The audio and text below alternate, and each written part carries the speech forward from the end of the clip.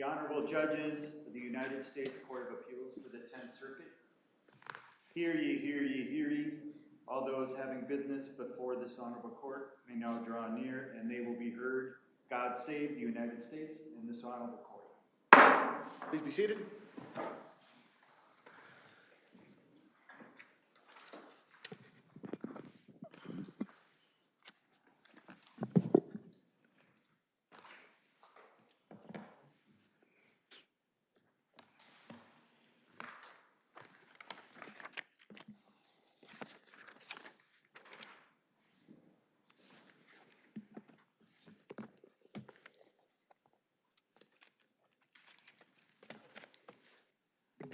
Okay, welcome to our final day of the January term of court.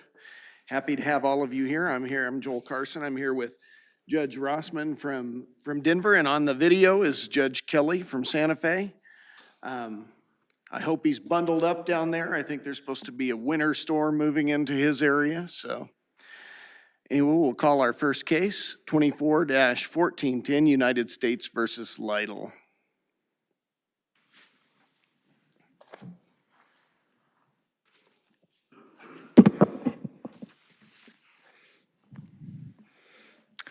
Good morning, and may it please the court. My name is Melanie Morgan. I represent David Lytle, and I'd like to reserve 3 minutes for rebuttal. This is a sufficiency of the evidence case, and I want to start with sort of a fundamental understanding, and that is that direct marketing is not illegal, advertising is not illegal, selling sweeps reports is not illegal, and operating sweepstakes is not illegal. Now, there may be ways in which those become illegal, but I want to start with that sort of fundamental premise and then jump right into what I think has been the huge part of the government's case, and that is the direct mail pieces that were being used to promote the products to various consumers. Counsel, can I ask you a threshold question Sure. about the theories of liability implicated by your sufficiency challenge? So there are a number of theories of liability. Sure. And I'm not sure how or which your sufficiency challenge implicates. And so that's my question, is for you to kind of clarify that. And the reason why is that the government contends that we can affirm the convictions on counts 2 through 20 on the co-conspirator liability theory if we affirm on count 1. And so I need some help around that. You didn't respond to that directly, I don't think, in your reply brief, so I'd like you to speak to that now, please. Yeah, and if I wasn't clear in my reply brief, so I looked at it, I came at this a little bit differently than the government did. They said, look, just look at the conspiracy, and if you can confirm on the conspiracy, then really we don't need to look at everything else because of Pinkerton. And I generally agree with that proposition, and I'll give a caveat in just a minute about that. But I don't think that you can make a decision about whether or not you think there is enough evidence on the conspiracy unless you actually look at all of the substantive counts. And as to the substantive counts, well, counsel, excuse me. Don't you need an agreement in order to prove a conspiracy? you do need an agreement to prove a conspiracy. And where is the agreement in this case? Well, I don't think there is an agreement. Well, if there's no agreement, what happens to the balance of the case? I still think. And I didn't see in your brief that you really took that or made that argument. I did not make that argument. No, Why not? Candidly, Judge, I ran out of space to make that. This was a pretty convoluted situation because I felt like each one of these relationships with these entities was a contractual relationship between Epsilon and the business. And so you had to look at each of those because a scheme to defraud is essentially an agreement to do something. You had to look at each of those. And if you don't know. Is Epsilon the defendant in this case? Epsilon is the Epsilon was never a defendant. They were separately Okay. dealt And- with. And I'm interested in an agreement between your client and whoever the other conspirator or the company that did this supposed wrong. I'm happy to address that.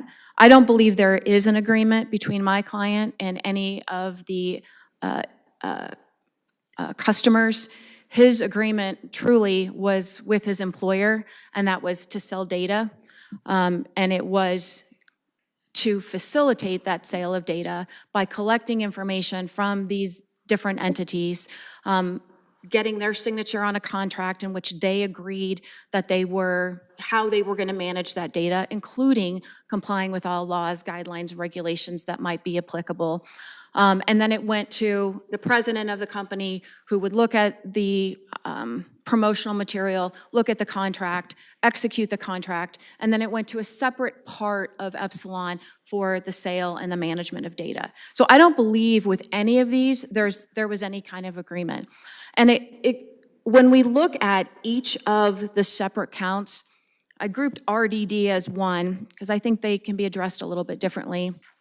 But then all of these other individual ones, there's very little contact other than my client being the facilitator of the paperwork. There's very little contact with my client with these various entities, and there was no evidence of any kind of discussion that he had with them about what their business was, other than for them to give the promotional material and for Mr. Lytle to then circulate it. Well, the record's pretty clear that he knew, he didn't need to talk to them to know what they were doing, did he?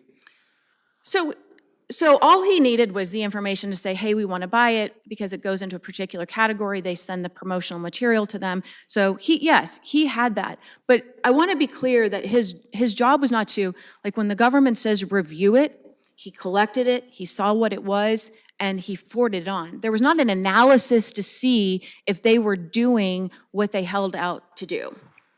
Well, he definitely had opinions on that. I mean, the record would show that he looked at it and he had opinions about it, and he even expressed those internally. Sure. And he did not necessarily deny that many of these customers were at least shady. So I think we need to be careful about the use of the word shady, because Fritz Kessler was the... Okay, let's use a different word. No, and- pushing right up to the line of outright fraud. Right, so, but I think it's fair to say that when you say, okay, look, I don't like this, nothing I would want to do, nothing that I would want to buy, doesn't mean that there is objective knowledge that somebody is engaged in fraud. I assume that there is not a single person in this courtroom that is interested in spending money on a sweeps report. I also think there's probably nobody in this courtroom that's interested in buying trinket jewelry. But that doesn't mean that there are not people that want that are interested in, who would like to have a report that says, okay, like I can fill out all of these things, mail in my little card, and I can enter in all of these sweepstakes and let's see what happens. I agree with all of that, but it seems like we're talking about a little bit of willful blindness here, where he's like tracking and, for lack of a better term, I don't want to quibble over the word tracking, but like he's cognizant of who's going to jail, who's got their company set up to where one of them won't have to go to jail if they get busted, that kind of thing. I mean, he's aware that that they are doing business with people who are very close to the line at best. At times, right. So that brings me to a Counsel, different, go ahead. Go ahead, Judge Kelly. Let me ask you one question. If a person sees a crime being committed, does that person have some kind of a duty to either stop it or report it? No. Thank you. Okay. So what did the record show in the proceeding below about legitimate business that this department conducted?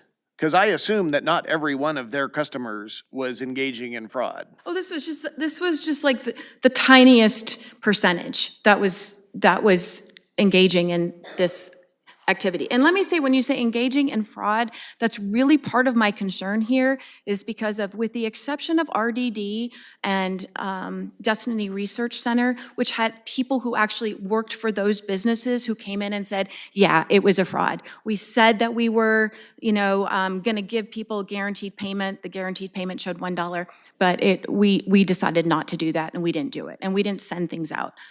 So those people admitted to that. But the other folks, like all the other businesses for these, right? Nobody ever came in and said, hey, yeah, this is what we were doing and this is what we intended to do. So are you saying that because there was no direct evidence as to the other customers, that's the end of the government's case? I mean, you have to satisfy the sufficiency challenge. No, I understand that. And yes, I am, because this was such an enormous component that I think once you realize that they never established a scheme to defraud with most of these businesses, you're then left with focusing on, okay, let's talk about the two that they did establish it with. That would be RDD and DRC. And what was David's involvement with both of those? Well, with DRC, that was signed years before David came on board. With RDD, that was in 2013. David had just very recently been assigned that client from, or this category of people from Fritz Kessler, and that was a first signer. But as to RDD, the person who testified, Sean Sullivan, the owner, he never had any contact with folks at Epsilon. Right? Jill Castellano, who was the broker who brought it to David Lytle and said, hey, I've got this client, wants to buy some data. She never said David knew that there was any kind of misdeed. And so there just wasn't. I'm not sure why you're focusing. I don't understand your argument. You're focusing on RDD, which seems the strongest direct evidence. Yes, but the reason I'm focusing on them is because I think you get rid of everything else, right? I don't think that with any of these other entities, but I have to accept the fact, because of the government's, the light being looked at in the light most favorable to the government, that as to RDD, that the government did establish that there was a scheme to defraud. But that's why I focus on, what did David know? And was there evidence that would show his knowledge? They didn't put any on to show his knowledge. Not only did they not do that, he denied having any knowledge that they were engaged in that. Is that my time left? That's your time left. So Okay. Let's see if Judge Kelly has a question, and then if you want to reserve, I think it'd be all right. Judge Kelly, do you have any questions right now? No, thank you. Okay, go, if you Thank want you. to, go ahead and reserve. Yeah. Can we put her back up to 3:30 since, yeah.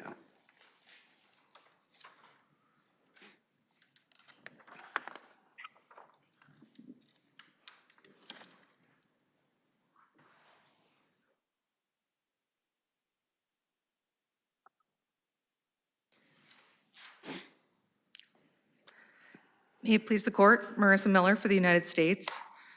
This is kind of a complicated case, so I think it might be helpful to break it down by counts and looking at those counts, what Mr. Lytle did argue and did not argue. Counsel, before you break it all down, I want to know if Epsilon is a legitimate business. I believe Epsilon is a legitimate business. Okay, and the defendant here was employed by Epsilon, is that correct? That's correct, Your Honor. And is it correct that the customers signed this master service agreement that specifically agreed the work would not violate any law, rule, or regulation, et cetera? I believe that's also correct. All right, where was the agreement with Mr. Lytle, is that how you pronounce that? With, either one of these, RDD or DRC, whatever you call them. Where was the agreement that we're to base this conspiracy on? I recognize that Your Honor has concerns about the agreement, and I would like to address them. But I'm sorry?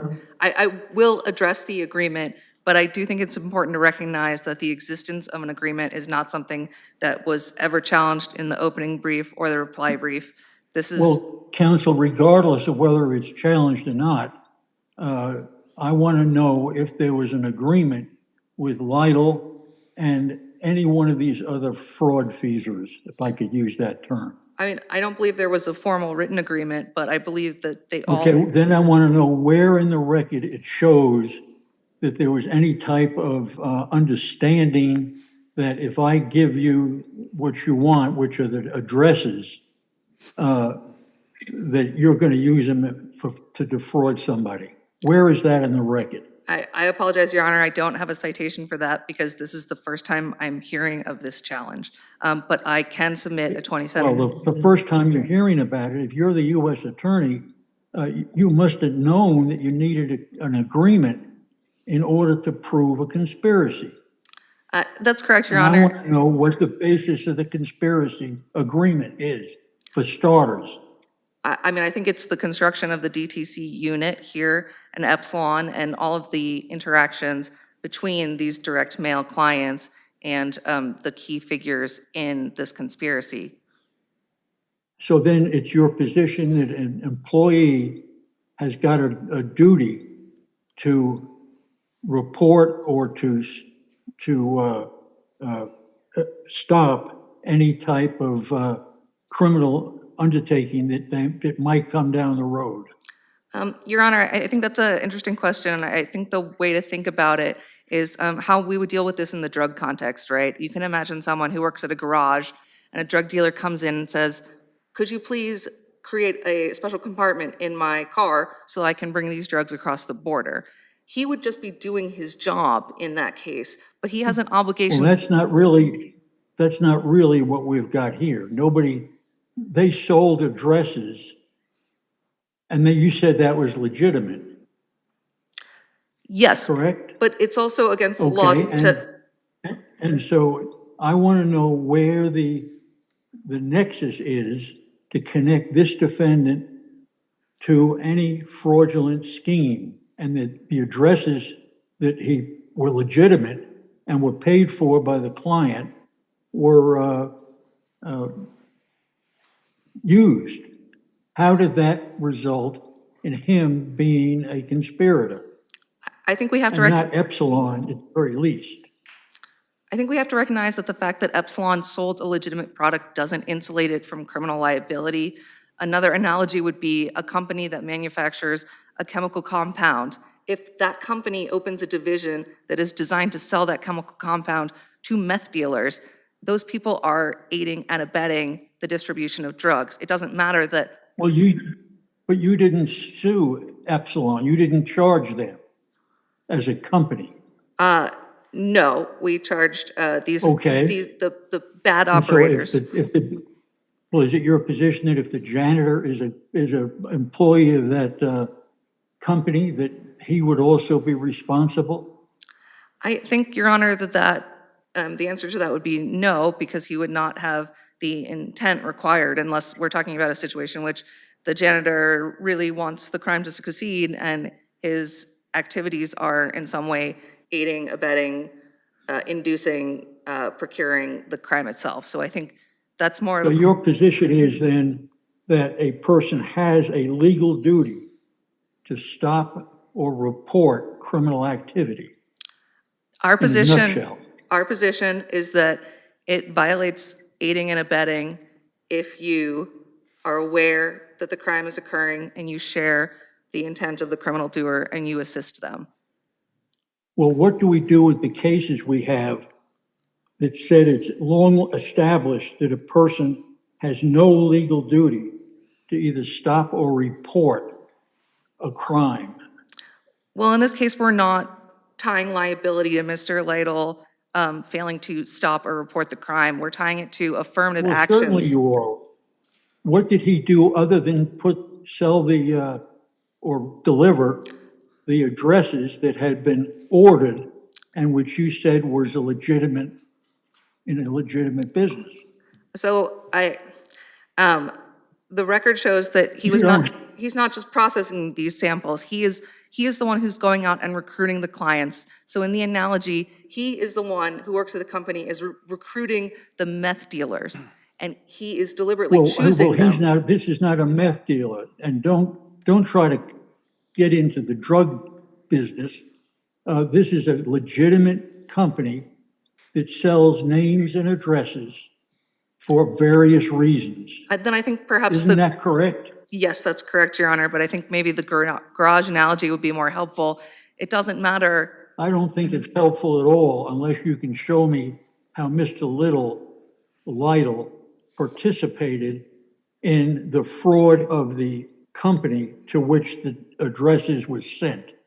So Mr. Lytle, Not the fact that he may have looked at the paper and thought, gee, this is really not a very good deal.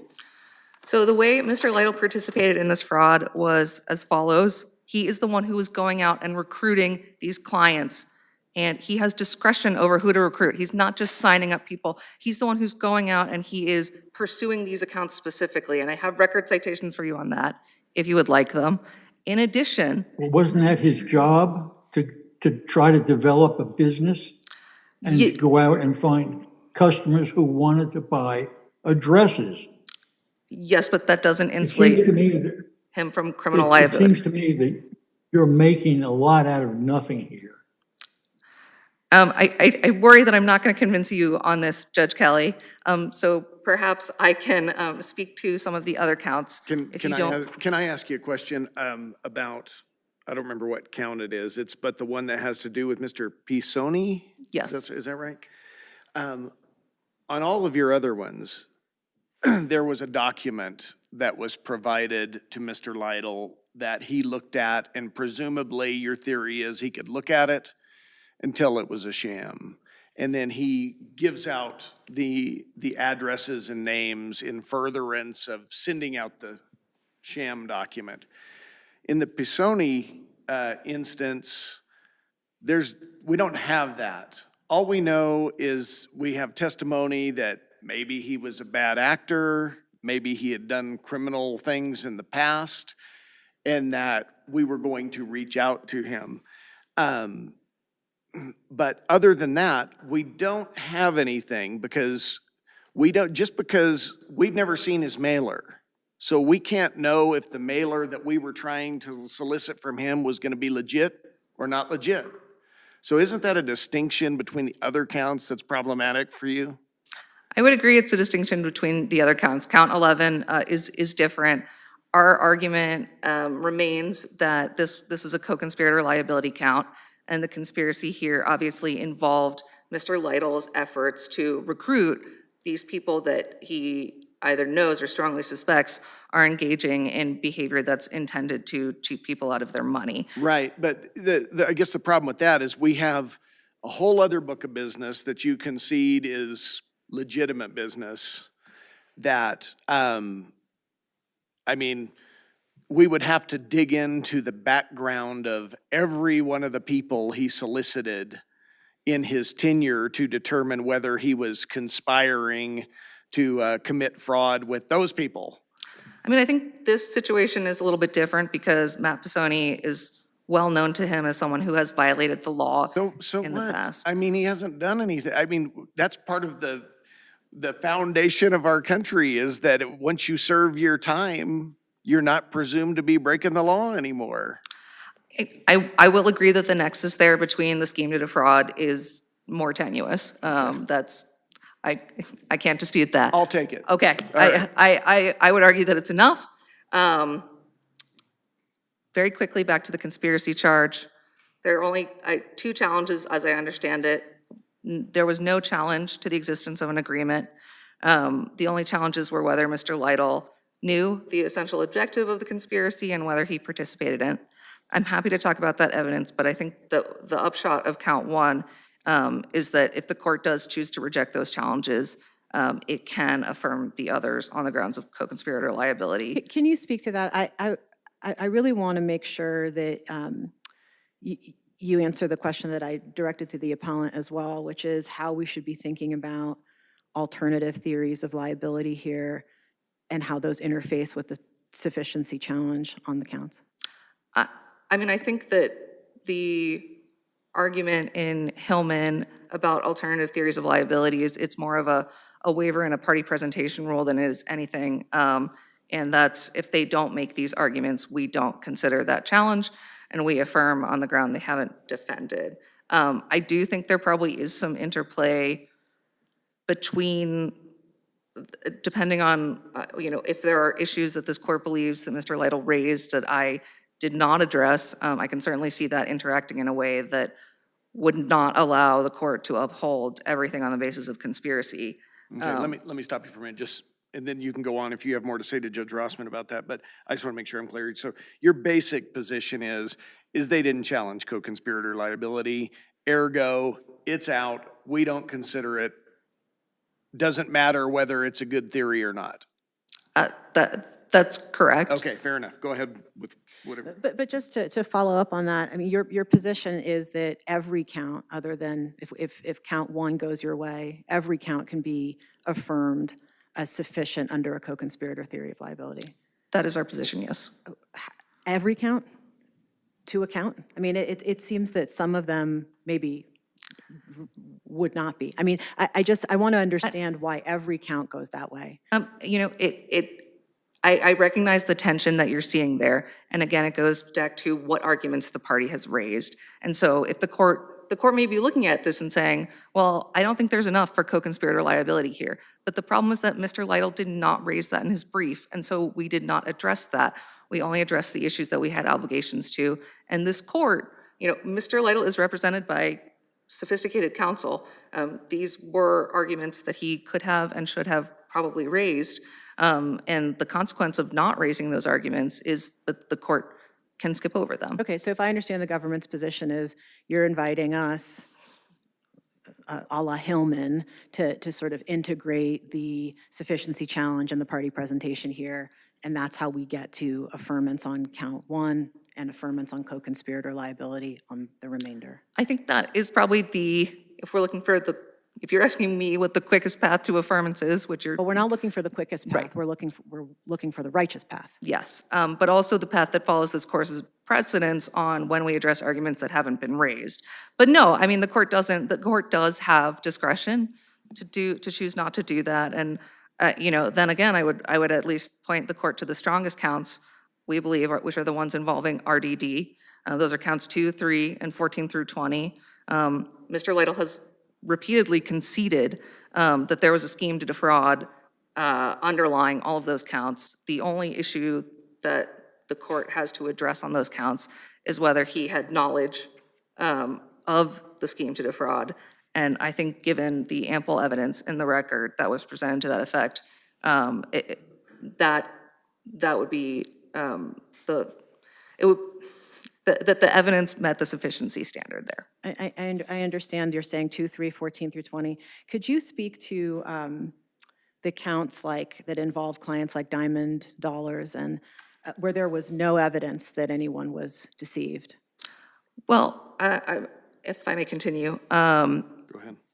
A scheme to defraud doesn't require successful deception, and all we're really looking at is intent. And I do think that circumstantial evidence, such as these flyers themselves, can be sufficient to demonstrate intent to deceive. We can imagine, a similar flyer that says, come to the 10th Circuit, we're giving out 500 free sports cars, asterisk, while supplies last, there are no supplies.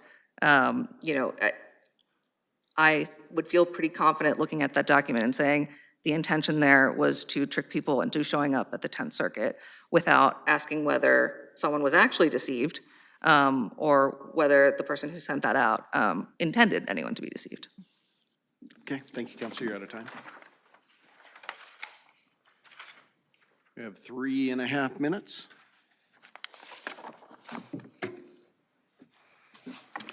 Going back to Judge Rossman's question and I think concern about how this court should be addressing this. We address the conspiracy and challenge the sufficiency of the evidence on it. While we were focusing on, the scheme to defraud and knowledge aspect of it, we are looking at it from you look at it from an overall challenge of that. And when you consider all of the other counts as sort of like the basis for this is how we have a conspiracy, I think it's very difficult. I also want to point out to the court, when you look at under a Pinkerton theory, they charged count 1 and they only focused on RDD, BDK, and DRC. None of us have really talked about BDK in this. DRC, we've talked about, that was signed before David came on board. And then that just leaves us with RDD. But all of these other counts aren't actually identified specifically, and the government declined to identify those specifically when we made that request pre-trial. So I want to point that out to the court, because when you look at Pinkerton, Pinkerton talks about sort of this idea of like overt acts in a conspiracy, and then the substantive counts are actually those overt acts. We don't have that same kind of interplay here. And so I think when you're looking at, okay, what actually happened here, and can we somehow infer that there was, this agreement and this intent, all of this, that's why I focused this the way I did on all of these other components of it, because I don't think that the evidence exists on any of those other ones, including Livetree, as the court was talking about previously. And so then we're left with RDD. And my point continues to be, the evidence was not sufficient to establish that he had knowledge.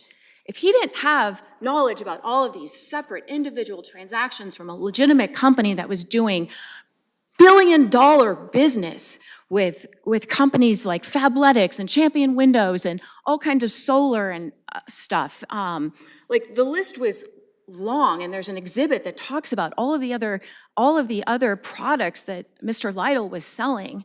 I just don't know how we get to a point that there's a conspiracy, that somehow we can use that to support the notion that he's responsible for this conduct.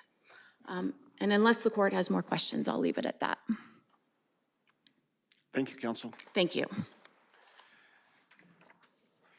The case is submitted and counsel are excused. We'll call the next case.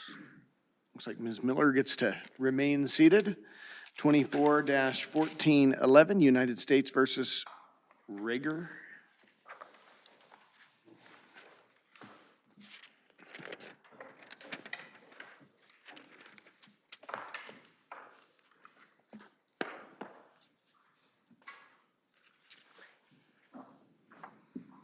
You may proceed, counsel.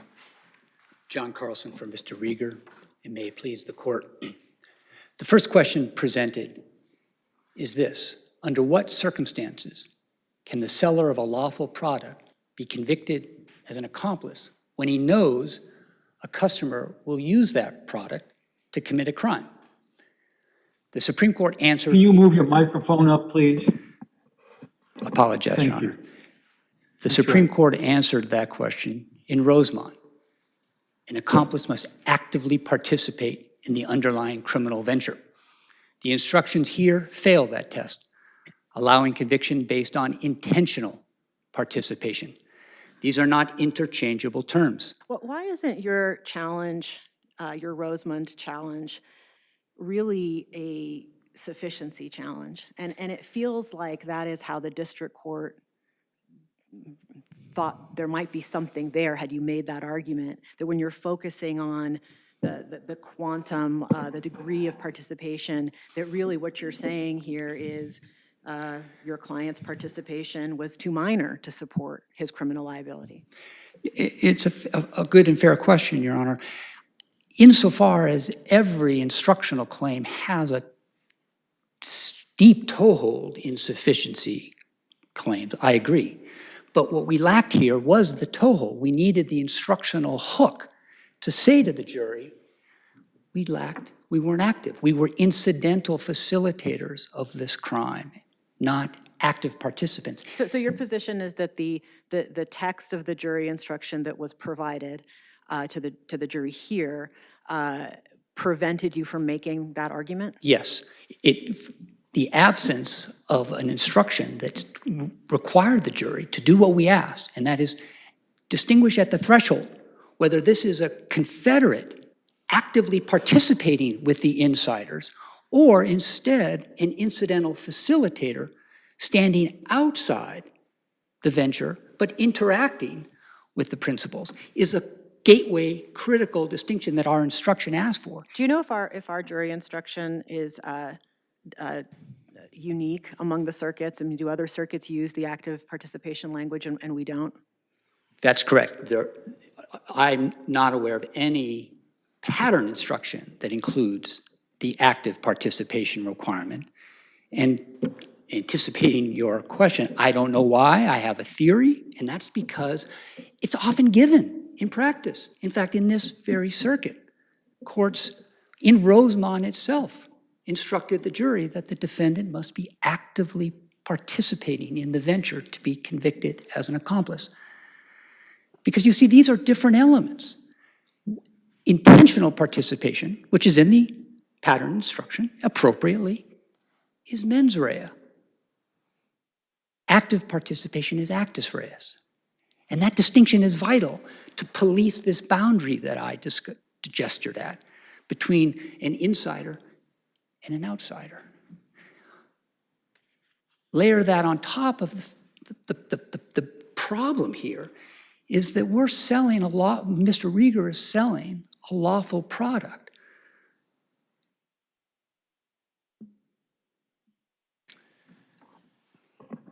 What, not to go back to the last case, but you were listening, so I'm sure Ms. Miller might say this again.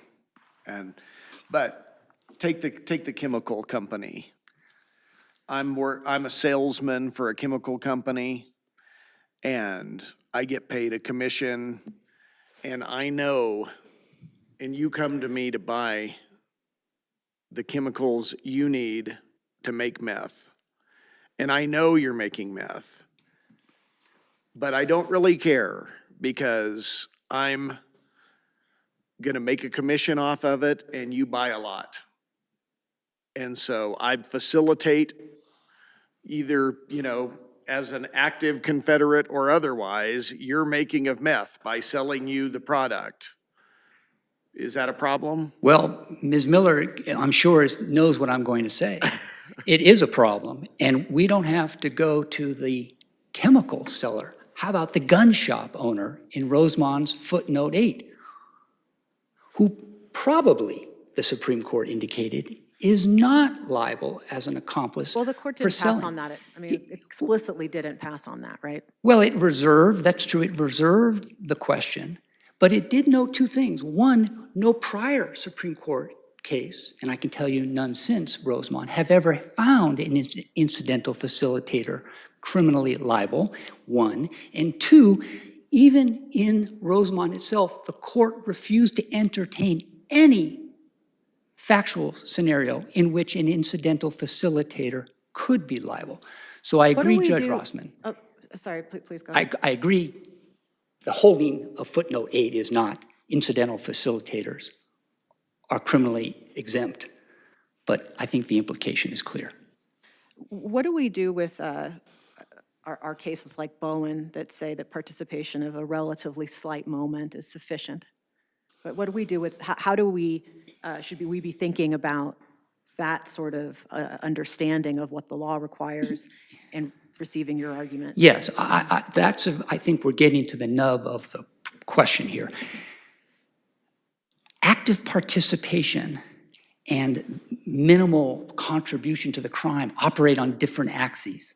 They answer different questions. Active participation is a threshold gateway determination. Are you in or out of this venture? Once you're in, says the law, we don't care how minimal or trivial even your contribution or how important your contribution is to the crime. And in fact, that's Rosemont, defendant Rosemont's argument was he admitted actively participating in one element of the crime and then asked, I think preposterously, that the government had to prove he actively participated in every element of the crime. The court said that's not how aiding and abetting law works. You have to be an active participant in one part, and once you're in, then you can be a minimal contributor to the overall success of the crime. We wanted what Rosemont got, which is the instruction requiring active participation in the criminal venture. Does it matter that he had personal gain from selling the list to these folks? It's relevant. He had very small gain. The government couldn't just determine how much gain. It filed a pleading, sort of forswearing the ability to determine gain. But recall that the government's chief witness described the contribution of the scam mailers as minuscule to Mr. Reger's overall responsibilities. Well, at the time of this trial, or at the time Mr. Lytle was, well, Mr. Reger was, Oh, go ahead, Your Honor. I'm sorry. I'm getting a glass of water. I'm listening. I know you are. I'm hanging on Is it every very word. dry up there? Yeah. Is it very dry up in Denver? You feel like you've got some type of a heat stroke coming on? Well, you've got a couple thousand feet what? on us, Your Honor, so it's even drier where you are. The heat's only going up, me but ask you- you're asking the questions. How sure does an individual have to be that a crime will be committed? Is a suspicion sufficient in your opinion? To be convicted, let me just clarify if I might, to be convicted of Well, to be convicted as a co-conspirator.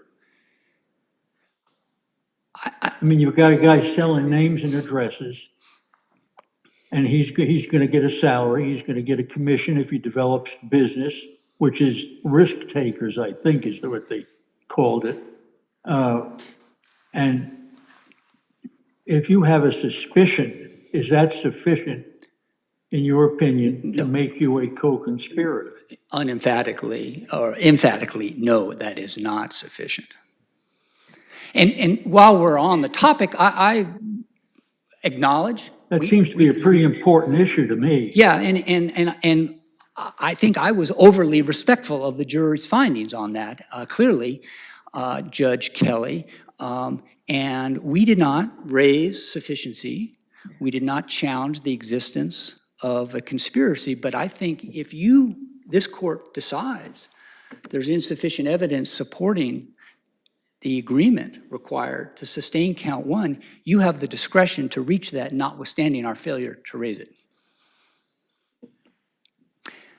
We also have a sentencing issue. Unless there are questions on aiding and abetting, this case also raises a sentencing question. It has to do with whether the district court misstated and misunderstood the legal standard controlling 2B1.1, leading it to assess losses over $10 million without ever determining whether Mr. Reger's criminal conduct was the but-for cause of those losses.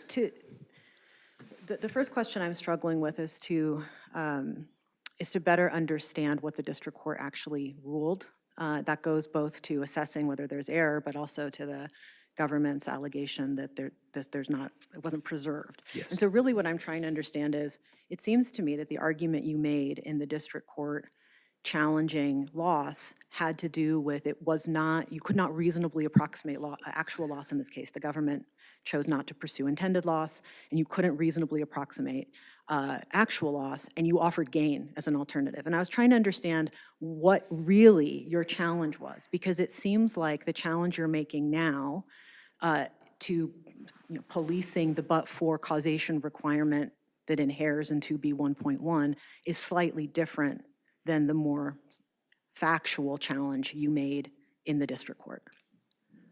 I agree with virtually everything you said, Judge Rossman. Certainly the conclusion we drew was gain is the appropriate. But in the middle, we raised a factual challenge, to the calculation of losses based on the merge-purge process. We said that is an intervening event, and I'm quoting from one of our sentencing pleadings, that breaks the causal chain between the asserted loss in the PSR and Mr. Reger's criminal conduct. That's volume 6, page 9. You will see those words. Volume 2, page 994, you will see us say to the government, you can't show that the names of these victims originated with Epsilon.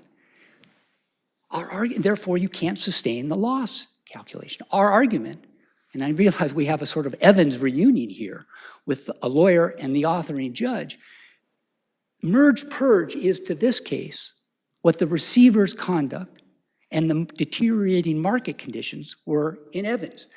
They're intervening events that break the causal chain. Because what happened is, you know, the mailer collects 2 to 50 lists and merges them into one enormous list. Epsilon, the government could never show that Epsilon provided uniquely a name, which is to say the government could not show that but for Mr. Reger's sale of the list, victim X would have been unvictimized. That's the causal chain that breaks because of merge-purge. So how should we be thinking about 1B1.3? I mean, was the district court, well, I guess my question is, how should we be thinking about 1B1.3 in relation to finding loss under 2B1.1? We begin by crediting the government for correctly defining the scope of Mr. Reger's jointly undertaken criminal activity, because the government's loss figure premised on the exclusion of all names sold in the larger conspiracy, save the 26 million names Epsilon sold. We agree with that definition of relevant conduct. 1B1.3 captures Mr. Reger's sales, those 26 million names. Now we say, how many of those names can you show, Mr. Government, are the but-for cause of a victim's loss? The answer we said is none. You can't make that showing. We suggested then as an alternative, gain. If there's no questions, I'll save my time for a rebuttal with limited time there is. Thank you, counsel.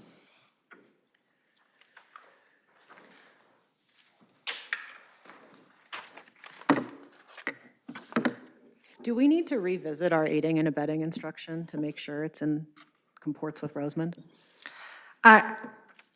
I don't think that's necessary, Your Honor. And I think my response to that would be that we have to look at what the holding of Rosemond was, which was ultimately not about the degree of assistance that has to be provided for aiding and abetting. It was about where that mens rea has to coincide with the actus reus. And so I don't think that Rosemond really altered the law in any way that alters the validity of our jury instruction. You know, it's possible that that dicta from Rosemond 5 years from now might appear in a Supreme Court opinion, laying out a new rule of law, but we don't anticipate what the Supreme Court does. I do think it's very careful to keep, we need to be careful to keep Rosemond in perspective, because it is fundamentally a decision about mental state. I also want to talk about the sort of hypotheticals again, and the concern that someone who might know they're selling this compound to people dealing meth but not care would end up being prosecuted. And I think regardless of what the correct answer to that question legally is, that's not anything that was at risk here when you look at the jury instructions, because the level of intent wasn't just knowingly, it was the specific intent to deceive people.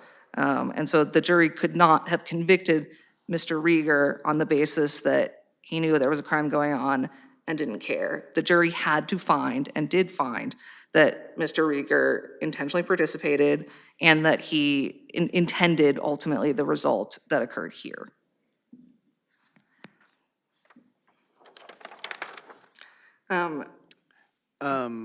So I guess, I mean, if we were talking about the last case, that might be more important, right? The factual, because my next question was going to be, like, what was the evidence of his actual intent? But it's a legal challenge here, right? So, on Yes, this Your Honor. instruction, so we could hypothesize about it, but it would go nowhere. Ultimately, since I think that wasn't the question presented to the court, I mean, I'm happy to talk about that evidence, but I do think that that is kind of besides the point at this stage. If there are no further questions on the aiding and abetting instruction, I did want to touch on the sentencing issue. Our position is that this has been pretty clearly waived. It was not brought up below. Well, let's assume it's not waived. Let's just get to the heart of the allegation of error. So I'm trying to understand, so take the following assumptions. It's preserved.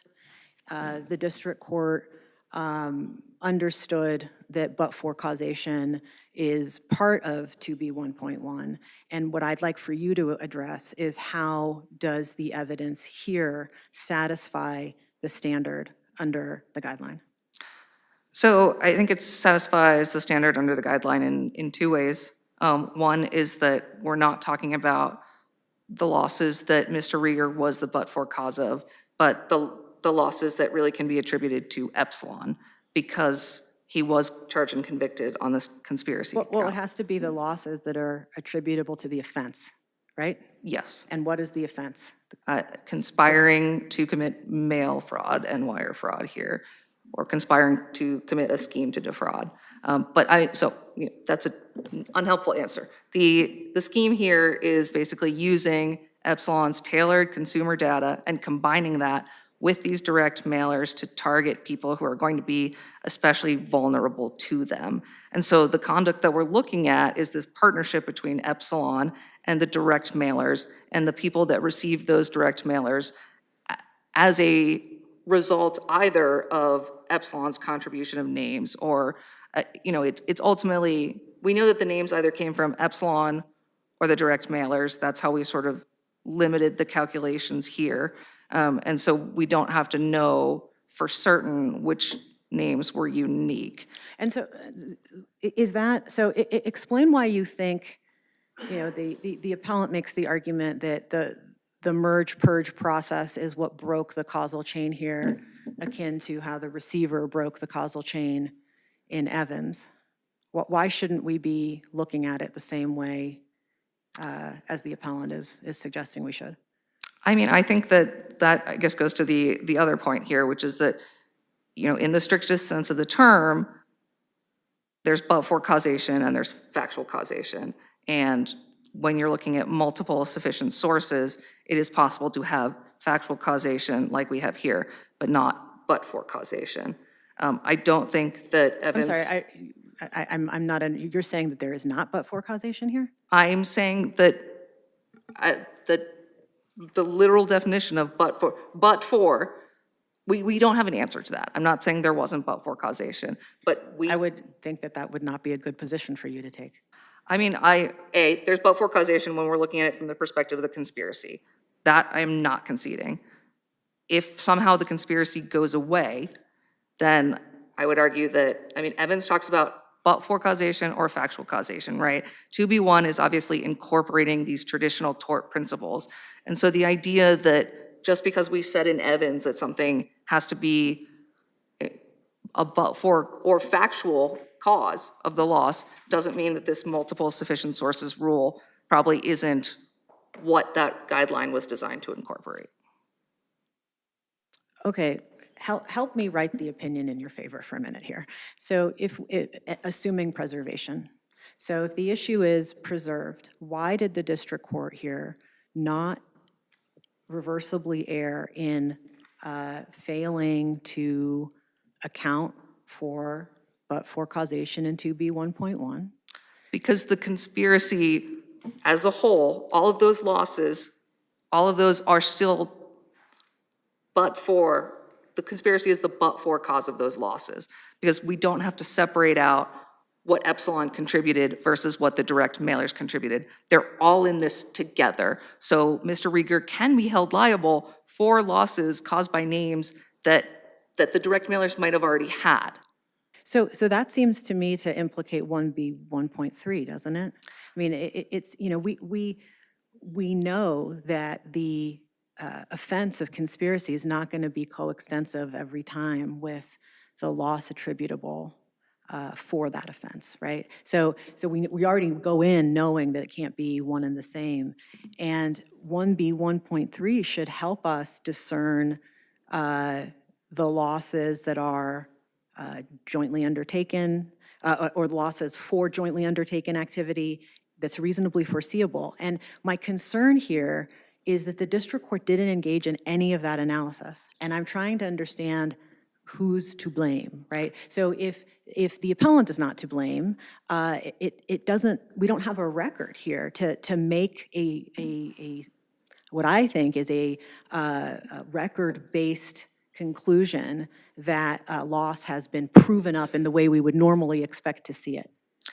I mean, I think you've anticipated my answer here, which you're not going to like, but this goes to preservation, right? The reason we don't have that record is because this issue wasn't raised below. And the reason we don't have that record, even from the district court, the district court makes one off-the-cuff comment, and counsel immediately says, that's not the argument we're making. No, but I'm not, I really, I'm not persuaded by that theory of or forfeiture or waiver. And so I think what I am interested in and would like to get your response to is, it does not seem to me that the district court engaged in the type of analysis we typically see under 2B 1.1, which may require disaggregating some non-fraud caused losses.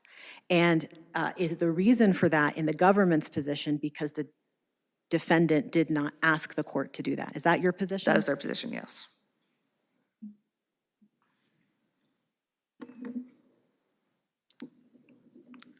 I'm happy to answer any additional questions, but if You there are want to talk none, about good faith? Nobody said anything about good faith. certainly. You have 5 minutes. So I don't think the good faith instruction was necessary. I think that this court has been pretty clear that when the jury is instructed on intent properly, that good faith is not necessary. I also do think it's very problematic here that counsel wanted to argue that what he was doing wasn't against the law because he didn't know it was against the law. I think that was very much the theme of the argument throughout. And, you know, regardless of how we might feel about that, the law is clear that that's not the level of intent that's required. It was simply the intent to defraud, and that is compatible with the idea that you still think that your own conduct is within the bounds of the law. Okay. Judge Kelly, you have anything? No, thank you. Judge Russell? I just wanted to go back to the loss enhancement for a minute. Let's assume that we think that 2B 1.1 requires but for causation. Evans recognized that in its holding, and that the district court's ruling can be better read in the way the appellant does, for sake of argument, that the appellant says district court flat out rejected, but for causation is the legal standard.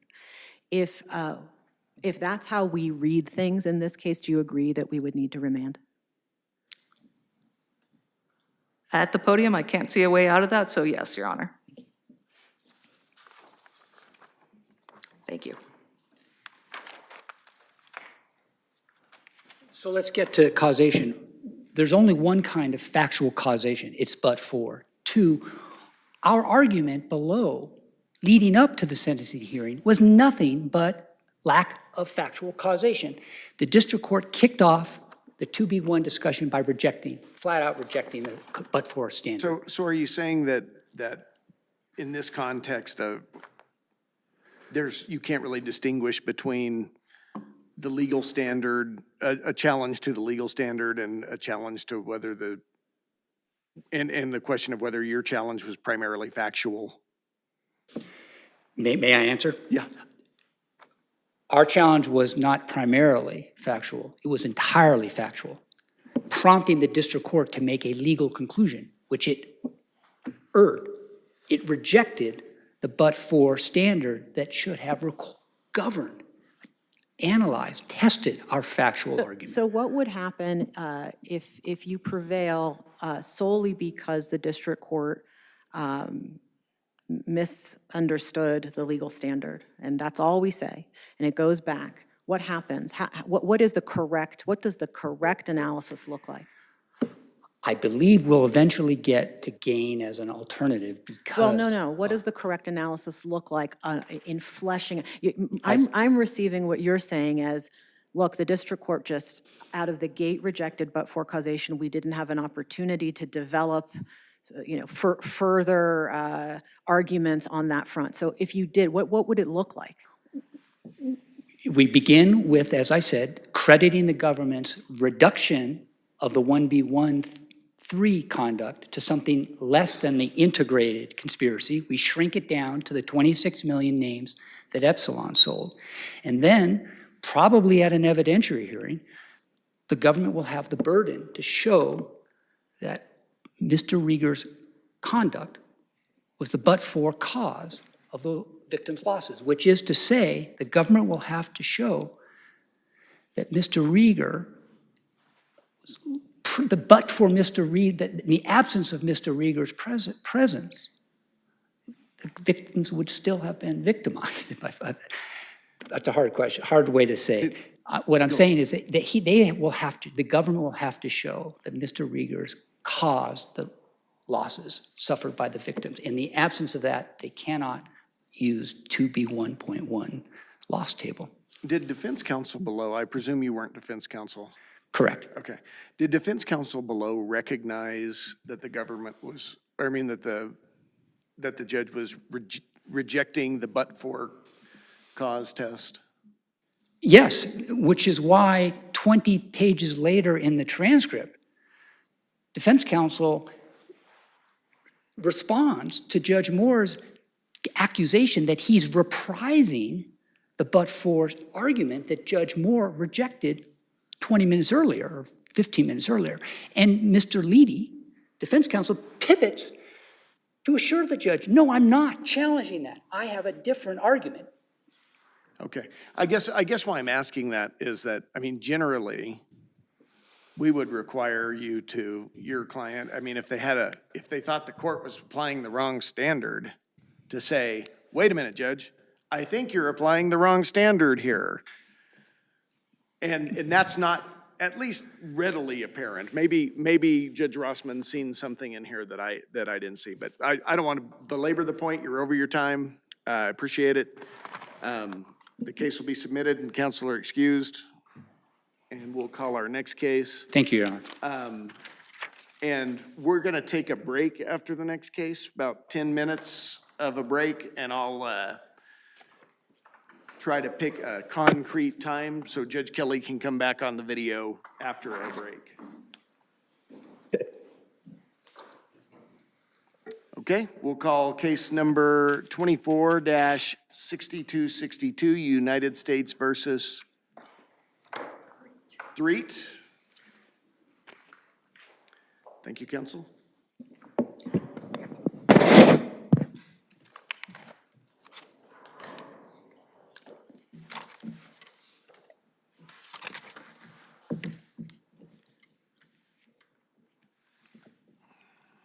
Good morning, Your Honors. Amy Senya on behalf of the appellant, Mr. D'Angelo Threatt. May it please the court. Rule 32 imposes an affirmative duty on the district court to verify that a defendant and his counsel have read and discussed the pre-sentence report. Here, while the court initially satisfied this duty through its routine question to defense counsel at the beginning of the hearing, that changed during allocution, when Mr. Threatt stated that actually his lawyer hadn't reviewed and discussed the PSI with him. At that point, the district court had a couple of options. It could have accepted Mr. Threatt's claim and delayed sentencing, or it could have asked follow-up questions to resolve any potential conflict between what Mr. Threatt and his counsel had each said. Counsel, it seems like you are really expecting a lot of the district court's sua sponte duty here. And this ties in a little bit to this threshold question that we have to decide, which is whether the error is preserved, right? So when you say that at this point, the district court had a couple of options, well, no one put the district court on notice about what those options were or what you wanted to have happen, right? And I'm not sure how we should be thinking about that, both in terms of whether the district court erred, but also in terms of whether the issue is preserved. So to start with your first point, Your Honor, I don't think we're expecting a lot of the district court at all. I've never seen a case, the government has not cited a case where a situation like this happened. There's 4 cases cited in the briefing where the defendant said himself, hey, I've never seen the PSR. And in every single one of those cases, the district court knew exactly what to do. It paused the proceedings, it inquired further, it got to the bottom of things, and then it made a finding, whether or not the review actually happened. In one of the cases in Smith, that was in the same district, the Western District of Oklahoma, with a different panel lawyer. That's not the error on appeal because the district court fixed it, but the district court found that the defendant was telling the truth. And so we're not expecting a lot if the district court is told affirmatively, you haven't met your duty to verify because I'm telling you that this review didn't happen. All the district court has to do is then resolve that dispute, ask a few more questions, get more information, like district courts do all the time during the course of their regular duties. So is your position that it's sort of self-executing, that if the district court asks, makes an effort to determine that counsel has reviewed the PSR with his or her client, and the client says no, that the rule in and of itself contemplates that the district court's going to take further action without anyone even saying anything? That's right, Your Honor. The text of the rule is clear. It requires verification. It says the district court must verify. And if the defendant says no, even if his counsel says yes, then what the district court is presented with is a conflict, a dispute. The district court has to resolve, otherwise it can't. A dispute between the lawyer and the client? What is the dispute that you say needs to be resolved?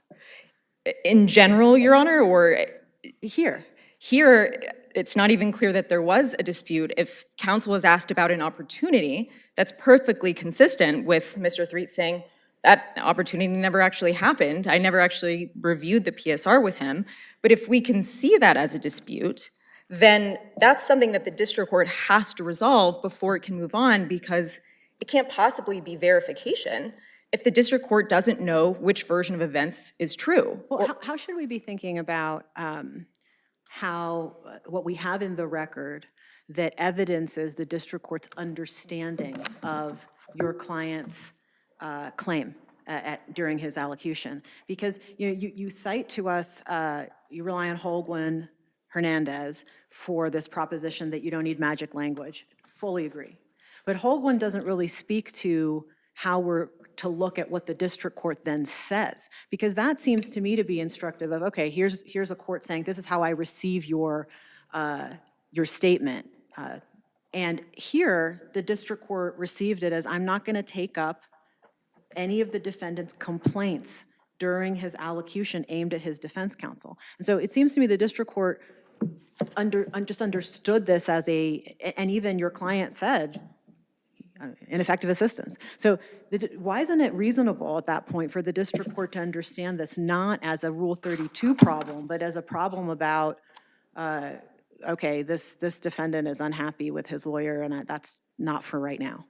So we can look to the decisions in the other circuits, Mark and Scott, where almost exactly the same thing happened, where a defendant stated on the record during sentencing, I've never seen the PSR, I don't know what it says.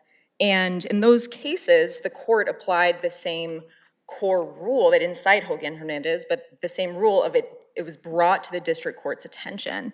And that's not, to my understanding, a subjective inquiry of what the district court in its own mind was believing, whether it was listening well enough. It's whether it was brought to the attention. And this is during allocution. And so this court has said in Jarvie that allocution is a special time. That's the time for the defendant as an individual to bring concerns up with the court related to sentencing. And so the district court wasn't free to decide not to take it up, whether the district court wasn't listening or he didn't understand. Well, Counsel, can I interrupt you for a second? You admit that we're on plain error, plain error review here, assuming error. No, Your Honor, we don't agree that we're on plain error. We think this is preserved just as it would be in the Third Circuit and the First Circuit. But we can satisfy Okay. plain error, which we argued in the Well, alternative. what is the injury to your client, assuming error? So for prejudice, the requirement that this court set out in Ronhell under Rule 32 is very similar, if not the same, as the prejudice inquiry would be for third prong for substantial rights on plain error. And that's basically, we have to show that the error mattered. And in Ronhell, we do that in two ways. We first have to offer evidence or assert contradictory facts to challenge the PSR's accuracy, which we have done here. And then second, we have to show that that error, that whatever mistake it was in the PSR, that would have mattered, that could have affected the sentence. And we've done both of those things here. Well, what is the prejudice here? So, How is the client prejudiced? so the prejudice, Your Honor, is that Mr. Threatt was not able to challenge two enhancements that significantly affected his guidelines range. It doubled his guidelines range from what would have been 77 to 96 months all the way to 188 to 235 months, which was above the 180-month statutory maximum, which is what he ultimately received here. And so he was not able to challenge these enhancements, which were based on hearsay allegations, sometimes multiple levels of hearsay, without actually any proof because it wasn't challenged, so the district court was allowed to accept them as true. And he didn't get the opportunity to actually engage in any sort of dispute about that and challenge them and have a chance to have those enhancements not apply. So how should we be thinking on that point about the fact that in defendant's sentencing memo, he sort of takes up a factual challenge to the July arrest and says it was a brief scuffle and it was a fairly quick, attempt at a headlock that failed quickly. I mean, it feels to me like those are the sorts of factual challenges that you would be mounting to object to the PSR's predicate facts in support of the enhancements.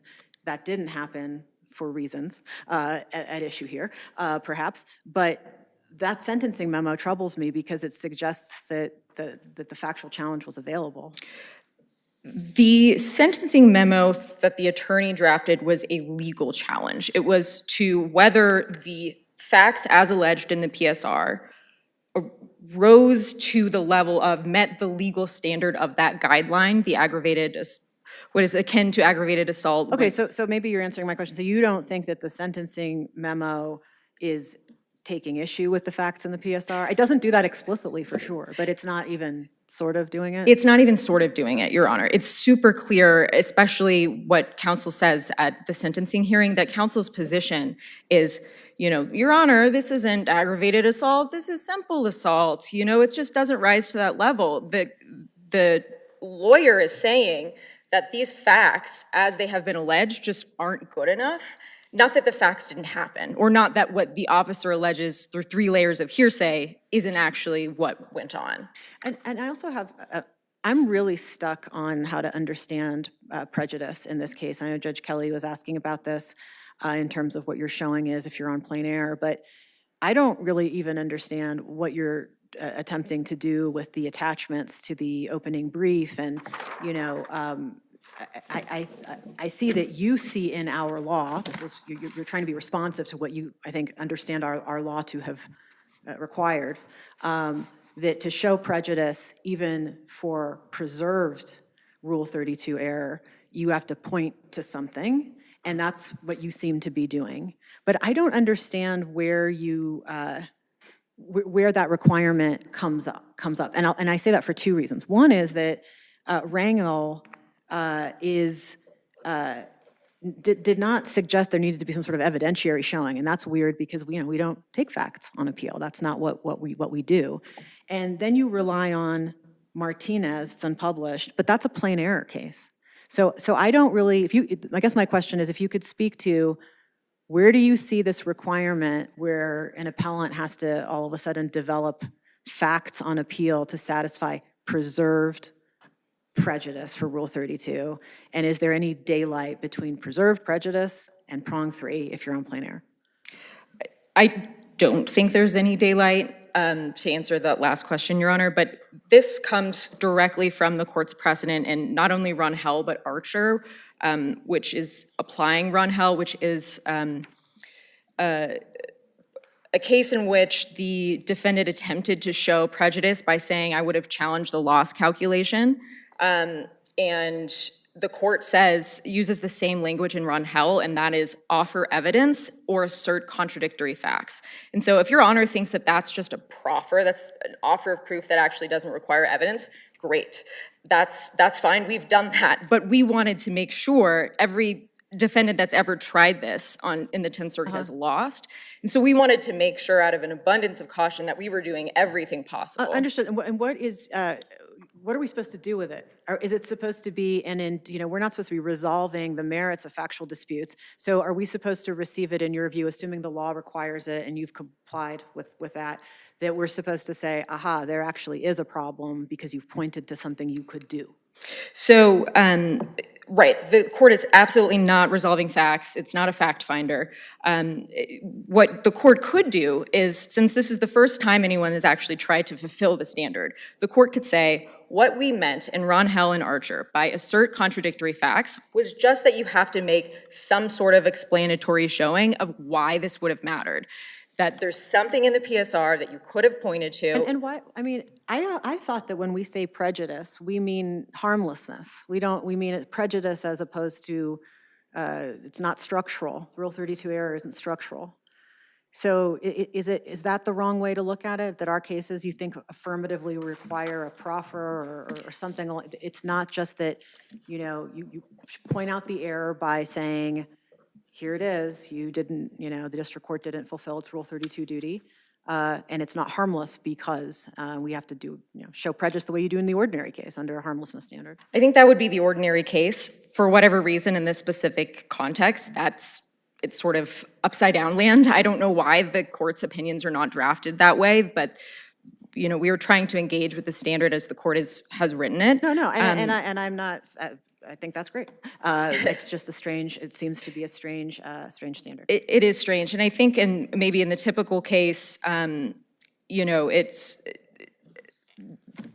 ideally it wouldn't have been written this way in 1993 when Rangel was first published, but I think typically it is harmlessness, but because this is a weird situation where even if it's preserved, the defendant has to actually do the pointing out and showing how it could have affected things. That's usually the government's burden if it's harmless error. But if that is the case here, then there isn't any daylight on plain error, and so essentially the inquiries collapse, whether it's preserved or not. I see I have 12 seconds left, and I will reserve those 12 seconds for rebuttal. Thank you, counsel. Thank you.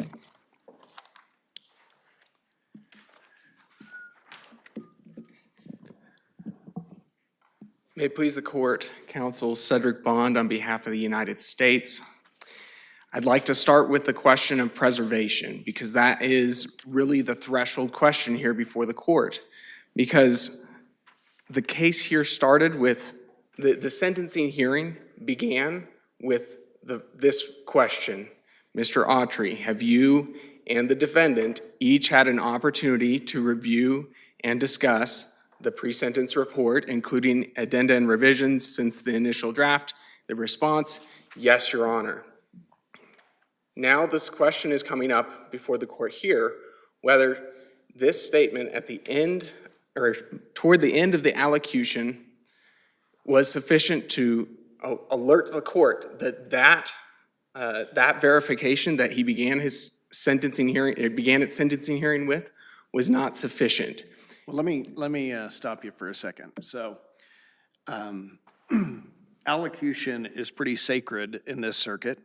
One of us sitting up here on the bench has been deemed to have committed an error by forgetting to allow it at a sentencing. It wasn't Judge Rossman. And we have a fairly recent body of case law that reverses courts who made a remark about what they plan to do at sentencing before allocution, ergo that they prejudged their sentence before the person had a chance to allocute. And that suggests pretty loudly to me that in this circuit, when a district judge has someone allocuting, that they're supposed to listen and know that it's a person who may not be skilled in the law, but they should listen to them and take action and maybe even rely on what is said in their sentencing. That seems pretty important. Your Honor, the allocution is a very important and within the bounds of the law sacred time. This statement that Mr. Threatt made was not sufficient to alert the court that he was making a legal objection a la Rule 51B. I'm sorry, Your Honor. I've got a Rule 51B objection. I know I'm a prisoner, not skilled in the law, but my attorney didn't discuss this with me. And if he had, I have 7 objections to the PSR that you don't even know if I saw. Your Honor, that's not what would be required. This We court, don't even know if he saw it. Your Honor, the question is not whether this court right now knows whether Mr. Threatt saw the PSR, but whether the district court could reasonably infer from the court documents, defendant statements, and the statements of defense counsel whether it had satisfied its obligations under Rule 32I1A. And that's the standard, go ahead. That's the standard under Randall, right? So this. Yes, Your Honor. So the issue is whether we're evaluating it as preserved, and I have a question for you about Holt in just a moment. So, Yes. Or if it's plain, the issue on error is evaluated by that legal standard, is that correct? Yes, Your Honor. Okay, and so why, irrespective of preservation, why would there be no error here under this standard? And if you could walk me through the government's position, really most usefully would be chronologically, beginning from when the court asks the question, which didn't really track the language of the amended rule, but the court asks the question, and then what do we have in the record that would support the government's position under the Randall standard? Yes, Your Honor. As far as the court's obligation under Rule 32I1A to make this verification, it is a flexible standard, also from Randall, and the court here in this case started the sentencing hearing by asking that question that I quoted there. And at that point, when counsel had given that unequivocal response, the court had satisfied its obligations under Rule 32I1A and could proceed with sentencing, which is the concern behind this rule about proceeding with sentencing without having this happening. So procedurally, at that point in the hearing, could Mr. Threatt have jumped up and disputed that? Or as a matter of procedure, is he supposed to wait until it's time to allocute if there's no evidence being put on?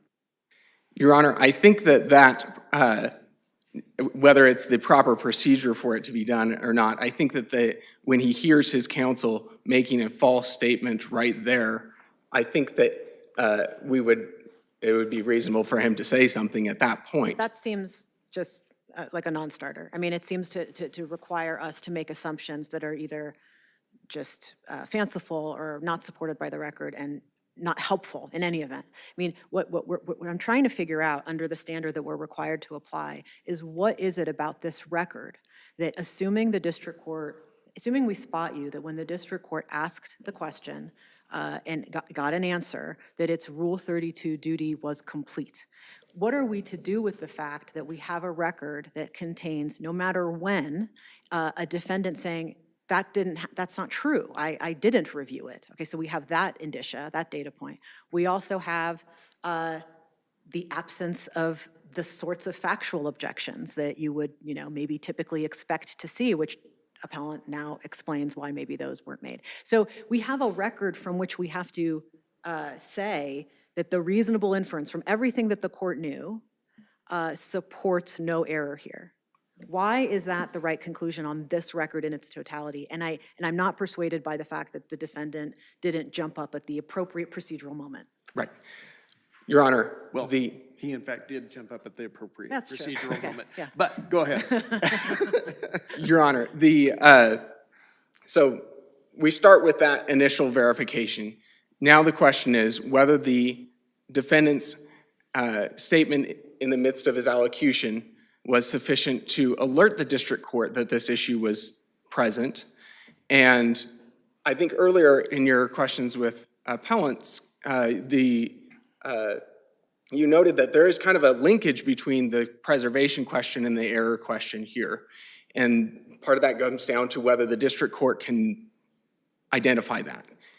And I'll address that here in a second, but first, just as far as the other things that the court can look to draw this inference, we have two, not one motion, but two motions to extend the time to object to the initial PSR so that the defense counsel can consult with his client. And second, motion to continue sentencing so that the defense counsel can consult with his client again after the issuance of the final PSR. And those are the kind of facts in the record that this court has said district courts can look to draw the inference that it has satisfied its obligation to verify this. Now, when we get into a circumstance like this, where we have the attorney, either the attorney lying or the defendant lying, that's where we get into a complicated situation that can't really be addressed in the sentencing, and as it is done there, has to be preserved for ineffective assistance of counsel claims in that context. Oh, I disagree. In the sentencing, the judge could have said, hold on. Mr. So-and-so, get up. Your client's just said that he didn't have an opportunity to read and discuss the PSR with you. What do you say about that? And he says, oh, well, Your Honor, I did, or he did, or whatever, and you have the discussion right there on the record. It can be resolved presumably in minutes. And the court can then say, well, I've heard from Mr. Threatt, and I've heard from counsel, and Mr. Threatt, sorry, your objection is just not credible to me. I believe that counsel, based on all these things in the record and what your counsel just said on the record today, that in fact, you did have the opportunity. Objection overruled. I'm going to sentence you. Your Honor, I would have liked it if the district court had done The that. statutory maximum. No, that's just the way that's 101. That's the way it's contemplated. That's why people allocute, so you can decide right then. They allocute so you can decide if the problem arises because of what the defendant says, you can deal with it right then. And that they don't have to sit in jail waiting on the ineffective assistance of counsel petition to percolate through. Your Honor, I think part of this comes down to the manner in which Mr. Threatt raised this. He raised it kind of sandwiched between different complaints against his counsel. And this also is a complaint against counsel. And he didn't say that he wanted to, that he wanted to stop this thing so he could find out what we're all talking about, because they've just been hashing out objections to the very same enhancement that he wishes to object now if he were to have a second go at it. But what we have here is he makes his claims against counsel, and then he has this passing comment an aside, where he says, oh, and P.S., my attorney never went over my PSI with me, and if he did, in which I would have withdrawn my plea, and if I could do that now, I'd like to. And so in that context, that's where we look much more like that Dunbar case that the government cited, where, which raised this question of pro se motions to withdraw pleas and It challenges wasn't a to pro se counsel. motion to withdraw a plea. He's represented. He's represented. He has his lawyer right there. He's allocuting. So, I mean, he's not making a pro se motion, and I just think that's a non-starter. So, but what you're saying, though, makes me think about perhaps why the government wants this circuit to adopt the preservation standard that the Sixth Circuit has in Holt, right? That's you're advocating for that. We don't have a standard for procedural error under Rule 32, how to preserve that, right? We don't have a case that says how you do that. Yes, Your Honor, that's why we cited the Holt case. Both case. And just so that I understand, the difference there is, and what's missing here on this record is you have to not just say, I didn't review it, but then ask for specifically what you want the district court, the true basis, what you want the district court to do. Is that correct? Yes, Your Honor. And why should we adopt that standard? That seems like a very highly technical standard, especially if the Rule 32 objection is coming from a defendant during elocution. Your Honor, that's the kind of objection that this court has required for Rule 32 challenges in the past regarding, not just, so like, for example, in the objections to facts in a PSR, it's not enough to object to the facts. If the judge then just makes a general finding, you have to object to the district court's failure to make the specific finding based on your objection. This court has adopted that, just not in this. We haven't addressed it in this context. And if the court would like, I can provide a 28J letter with a case that does that. It'd be United States versus Williamson from 1995. But you mentioned earlier the Hoagland-Hernandez standard, and that is the argument for the appellant is making for preservation here, is that just you need to bring it to the court's attention. But the Supreme Court there expressly rejected that it was establishing the standard for procedural error, for what was necessary to preserve a procedural error, and instead that's Rule 51B, advising the court of the action that you wish the court to take, or objecting to its action and the basis for that objection. And that's the grounds for what we're talking about for as far as true procedural errors.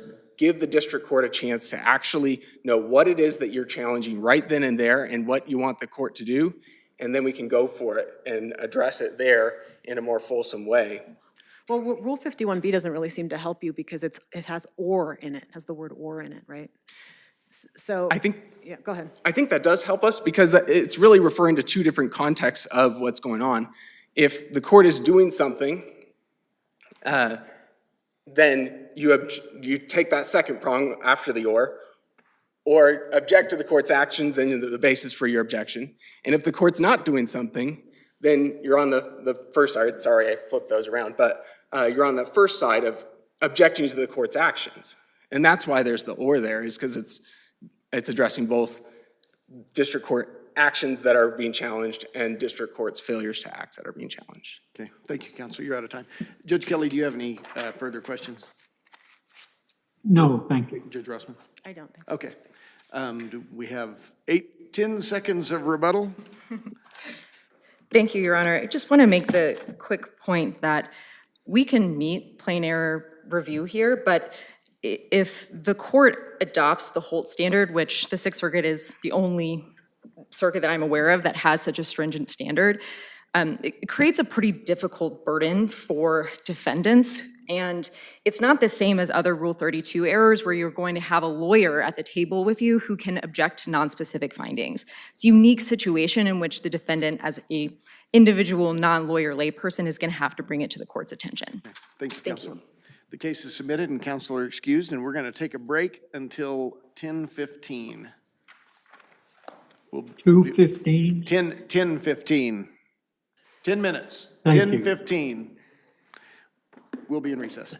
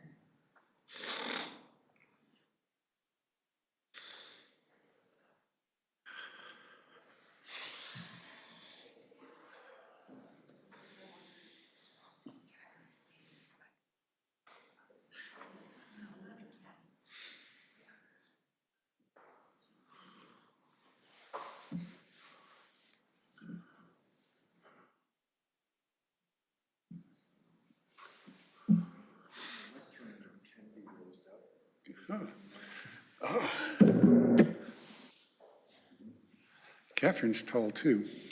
Very good, thank you.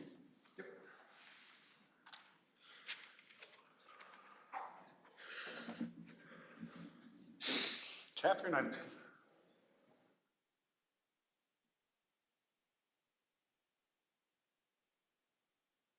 I've raised the lectern up as high as it goes. I still don't think I can make you look short.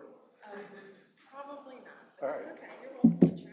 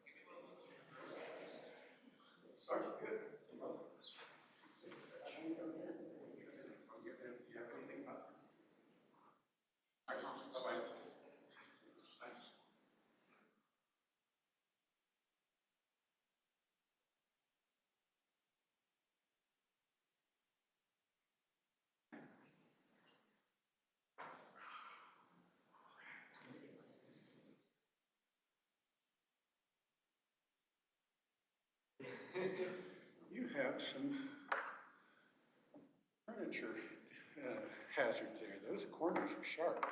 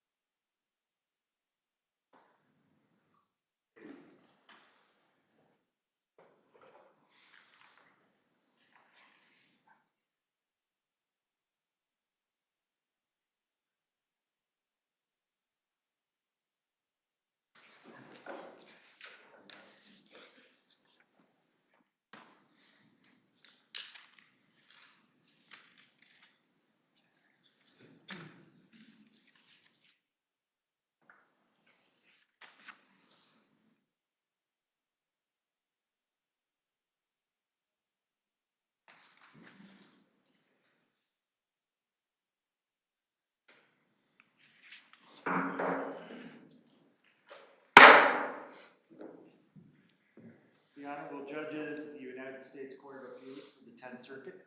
Please be seated. We'll sit tight for a minute, wait on Judge Kelly. He's usually waiting on me, so it's only fitting. I thought you said 2:15. I'm sorry. Okay, we'll call our next case. 25-3025, United States versus Capps. And plea this court, Ted Knopp for the appellants Charles Capps and Dueglo LLC. Thank you for the warm place to spend a Midwestern day. I have given the official invitation to come see you. I'm looking forward to the heat of the questions you may have for us. This is a real estate case plunked into your criminal docket, and it involves the question of whether the government may slip the debtor in a restitution judgment into a real estate transaction for the express purpose of trying to reattach a restitution lien that is expired. Excuse me, could you please raise up your microphone? Please raise up there you go, thank you. You're welcome. I'm sorry, John. So this is a case where the restitution lien of the government had failed to attach, had long since ceased to attach to any interest of the criminal defendant. Can I ask you a really basic question? And I apologize if I just did not get this from the briefing, but I'm trying to understand the relationship in terms of the arguments before us between Charles Capps and Dueglo. So, and specifically my question is, does Charles Capps have an argument for why he's entitled to the escrowed funds that doesn't depend on Dueglo? Your Honor, no. At this point, his rights are derivative of Dueglo. Okay. Because Dueglo, if the government has no interest, this money belongs to Dueglo. And Dueglo has made promises, arrangements with Charles Capps, and acknowledges the improvements that Charles Capps made in the property to make it into a marketable property. Okay, so now that we've resolved that we're not really dealing with Mr. Capps here, we're dealing with Dueglo and their arguments. How does Dueglo even get to make arguments here, having not been an intervener and having not challenged the district court's decision to disallow intervention below? Your Honor, the way this happens is under the Chapman case of the 10th Circuit. This case stands on whether the government can prove their entitlement to the proceeds. And it can't stand on any weakness in anybody else's claim. It depends on whether the government can prove that they're entitled to these proceeds. And there are two fundamental reasons why they can't. Kansas is a foreclosure state. There's no non-judicial foreclosure. It's got redemption rights. I understand New Mexico does. Colorado has gotten rid of them for defendants, but has them for creditors, competing creditors. In Kansas, foreclosure wipes out 9 out of the 10 sticks in the bundle of rights that make up property rights. When in this case, the foreclosure judgment against Michael Capps had already been entered by the time the restitution judgment had been entered. That means Michael Capps' interest in the real estate was gone. And the only interest he had left was the redemption right under the statute and the common law right to pay the judgment at the last minute before the sheriff's sale, but the right to redeem. In addition, we acknowledge that the government had the right to attach, had a lien on Michael Capps' redemption rights. We also acknowledge, assert that the government had its own independent rights, not 90 days, but 120 days under 26 USC 7425A2. The So the government, Michael Capps and the government had those rights when the lien attached, and that's all the lien attached to. Well, let me ask you this mechanically. All right. So there's a foreclosure sale, and now all Mr. Capps has are redemption rights, which are liened, right, by the government. So the government doesn't own those rights. They have a lien on his rights. What if, I mean, and if it's apparent in this case that there was a lot of transparency between Duaglo and the government and Charles Capps as to what was going on the redemptions and the agreements and various things like that. So everybody seemed to know what everybody else was doing, but let's say that's not true. Let's say Mr. Capps sold these redemption rights to someone else and that they were redeemed without the government's knowledge. Would the lien follow the proceeds? Yes, absolutely. The government has a lien on the right and the proceeds of the sale of that right. There's no doubt about that. And so when Michael Capps sold his redemption rights, we'll get to the purchase money security, but when he sold his redemption rights and in return got a right to purchase the property, the government's lien attached to that right to purchase. It's proceeds of the sale, and it's a property interest that belongs to Michael Capps. There's no dispute about that. But this one bundle of rights, which was the redemption right, was swapped for another bundle of right that was the right to purchase the property by November 28th. Both of those rights. The government doesn't have to purchase the property. That if someone else purchases it, they just get to take their value out of it, don't they? No, not as against a purchase money security interest. And when that right, in order for the government to realize on that lien, they've got to do something. They have to attach that interest. In the case of the redemption right, the government has funds for redemption. They had a redemption right. They had the right to redeem. They had the right to take the property away from Duaglo within the 120 days by paying the amount provided in 28 USC 2410, which says pay Duaglo what they paid in, give them 6% interest, plus give them any expenses they incurred, plus expenses reasonably incurred in connection with the property. That would be the way the government would collect on the redemption rights. Their purchase option, the government would say, thank you very much. I'm going to exercise those. I'm going to attach them. I'm going to exercise them. And the government has to do that before they expire because they're evanescent. They expire. The redemption rights, if the government does nothing in 120 days, the right to redeem is gone. If the government doesn't exercise Mr. Capps' right to purchase, by the time the repurchase right expires, it's gone. And now the property belongs solely to someone other than the government. The government has slept on its rights to redeem. The government has slept on its right to purchase. And the government can't elbow its way into the transaction by saying, I will not give a release to the title company for my lien. I will not recognize the bona fide or the purchase money security interest.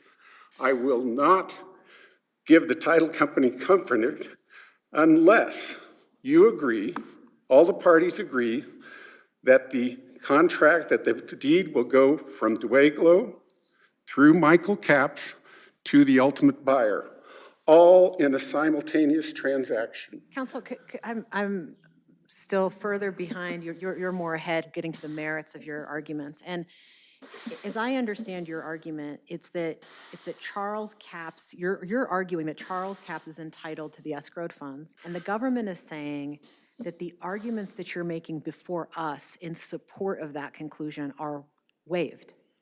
And I'd like you to explain why that is not the way we should be thinking. Why should we be rejecting the government's waiver position and finding that all of the arguments you're advancing in support of your position are properly before this court? This is, we would assert that the arguments were made and presented to the district court. They weren't clearly made in the initial briefing. They were made in oral argument. They were made, the court invited a supplemental brief. The supplemental brief raised these arguments, and a motion to reconsider raised these arguments in detail. These arguments have not been waived. In fact, they've been presented to the court. Furthermore, we'd argue that this is subject to, it falls within the plain error review because, But you didn't argue plain error in your brief, right? no, No, okay. because the error, it's clearly an error. It's plain from the court's opinion. It's right there. There's a substantive loss to my client or to someone that my client hopes to get money from in the amount of $50,000. And it involves a public right. It's asked the government to honor the Fair Debt or the Federal Debt Collection Procedures Act and the limitations on its redemption rights and its right to the procedures it needs to follow. So procedurally, your case is really difficult because before the district court, the person who you're representing now was never allowed to participate. Your Honor, you're right. I do represent Dueglo. However, my argument is a little different. Okay. My argument is from the opinion of the court, it's clear that the government has lost its right and has no claim to this Okay, property. I understand that, but you have to represent somebody who can be here procedurally to say, it's mine. I might think that the government blew it and lost their right, but I can't bring a suit and say, hey, in that Dueglo and Charles Capps case, the government really blew it. They should lose that right. I have no standing to do that. And Dueglo sought to intervene and was denied. So they didn't even really, the district court didn't have to consider any of their arguments below. However, You agree with that? Yeah, however, I agree with that, Your Honor. However, Charles Capps has an expectation. He had a mechanics lien. He has, the mechanics lien was a part of the appeal. He has an expectation and interest in this property that gives him the right to challenge the government's claim. Well, he did. And And he here we are. challenged it on the basis of, I've got a mechanics lien. And the district court said it's invalid. And nobody's challenging that on appeal. Your Honor, that basis of our appeal is that the government has no interest, that their rights. No, I know, but it has to be more than they have no interest. You have to represent somebody who has a legally enforceable interest. And that interest would come from the record shows that Dueglo, and the court recited that Dueglo entered into an agreement that said that it agreed that Charles Capps should be paid out of the funds if this appeal was successful. Dueglo acknowledged the improvements made. And I do want to get to the purchase money security interest. Fine with me, go ahead. The Slodov case and revenue ruling, and the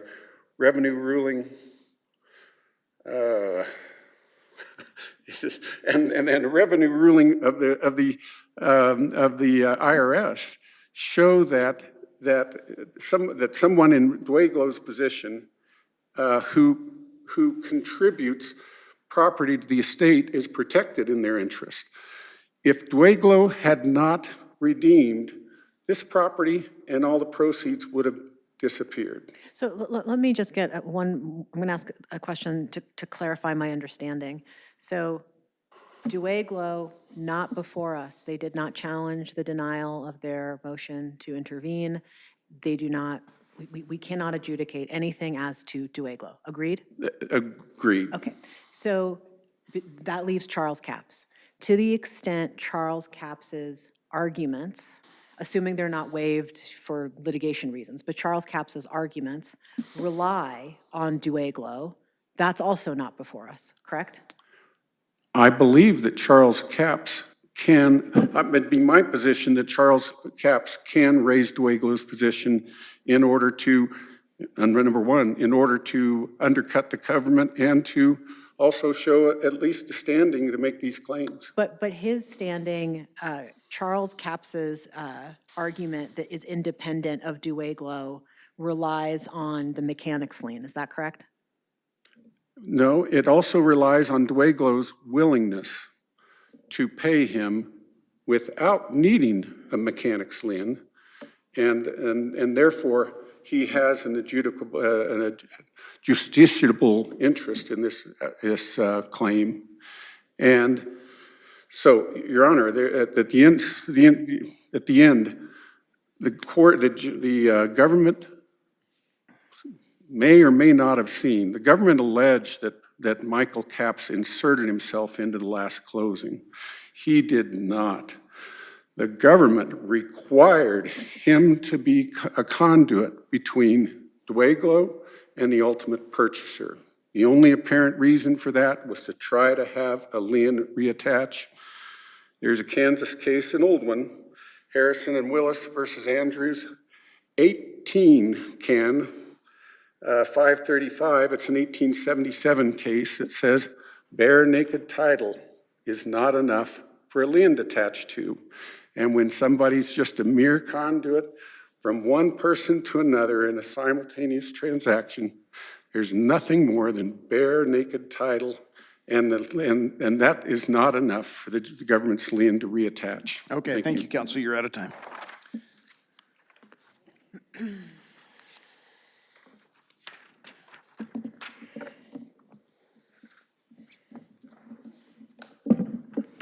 Good morning. May it please the court, Catherine Sheedy appears for the United States. We're here today to address challenges to the United States' enforcement of a criminal restitution order against the property of criminal defendant Michael Capps. This is not a real estate case. Well, it sort of is. I mean, we're going through you put a lien on some real estate, and you wanted the money when it was sold, so the underlying criminal case, other than the fact that it gave you your right to the money, doesn't have anything to do with it. That's correct. But as I listen to the court's questions to appellant's counsel, I see that the court's instincts about this case are correct. Appellants have waived the merits arguments that they're desperately asking this court to reach, and the court doesn't need to go there. The court doesn't need to wade into these real estate issues. Educate me about the proceeding below. What did Charles Capps argue below on his behalf? The record is rather convoluted, but Charles Capps clearly argued that he had a mechanics lien against the real estate, and that mechanics lien attached to the proceeds from the sale of that real estate. And why did he have standing in the district court? He had standing because the Federal Debt Collections Procedures Act basically implies that third parties who have an interest in the property subject to enforcement by the United States can participate in those enforcement proceedings. And he was named in the garnishment notice, wasn't he? He wasn't named in the garnishment, but a separate notice was provided to Charles Capps, informing him of his opportunity to move to quash the garnishment to assert his interest. So there's no question that Charles Capps could participate in this proceeding. And when he did participate in the proceeding, he filed an objection to garnishment, which didn't really set forth his entire argument. It actually just referenced a state court interpleader action where he claimed that he had a mechanics lien on this property. Okay. So this argument about the revenue ruling and the Slodov case, and did Charles Capps press those before the district court? He did, but it wasn't timely. He didn't even mention revenue rulings or the Slodov case until the court asked for supplemental briefing after Charles Capps had filed his initial objection to the garnishment. The United States responded. Charles Capps filed a second objection to the garnishment, which, again, the United States objected to that on procedural grounds, but the district court interpreted it as a reply. We had a hearing on the objections, and the court asked for supplemental briefing after that hearing. Simultaneous supplemental briefing on limited issues that the court still had questions about after the hearing. Presumably, the request for supplemental briefing didn't include the application of the revenue ruling in the Slodov case? Absolutely not. Okay.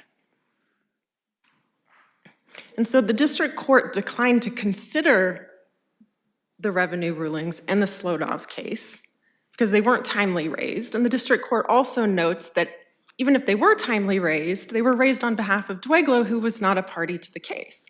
So after supplemental briefing was submitted, but before the court had ruled on Charles Capps's objections,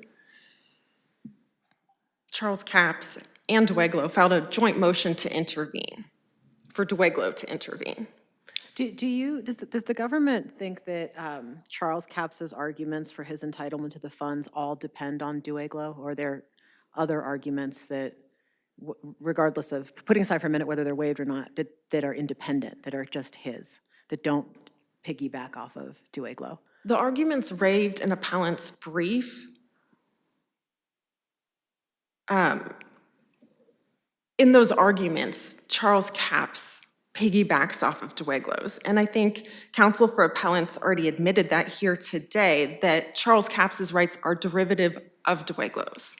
So I don't believe there's anything in the opening brief that really challenges the district court's adverse ruling as to Charles Capps. So to what extent does our conclusion that because of the failure to challenge the denial of the motion to intervene, that ruling keeps Dweglow out of this court, right? And how should we be thinking about that as it relates to anything that Charles Capps is bringing? Do we look at it independently? No. I think that they're wholly related because Charles Capps waived any argument that the rulings adverse to him in the district court should be reviewed by this court. So I think Charles Capps isn't really a necessary party to this appeal, other than he's piggybacking off of the claims of Dweglow. But as the court has noted, Dweglow isn't a proper party to this case. Well, you're not contending that Capps doesn't have appellate standing, right? Well, he has appellate standing to challenge the ruling adverse to his claim, which was the ruling saying that his mechanics lien was invalid, but that's not what he's arguing before this court. I guess he could also challenge the district court's decision not to accept, his additional arguments in the supplemental briefing and as an abuse of discretion or something like that. He could, but he did not. Right, okay. All right. All right, thank you. Well, Judge Kelly, you have any questions? No, thank Okay, you. hold on, don't sit down. I might have another question for you. That was abrupt. I just want to make sure.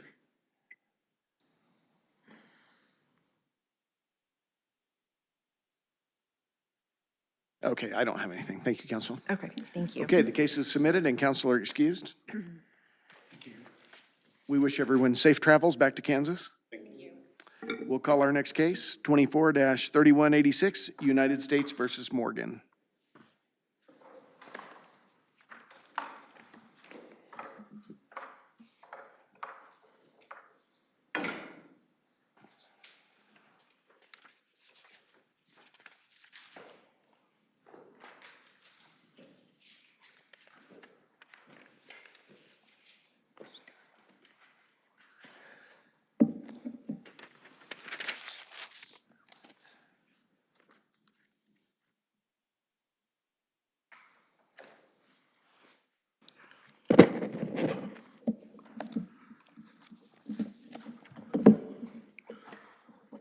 Okay.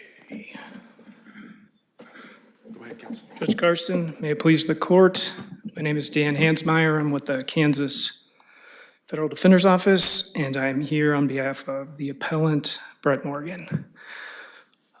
This is yet another trial appeal on the docket today. There are a lot of issues. Sorry about that.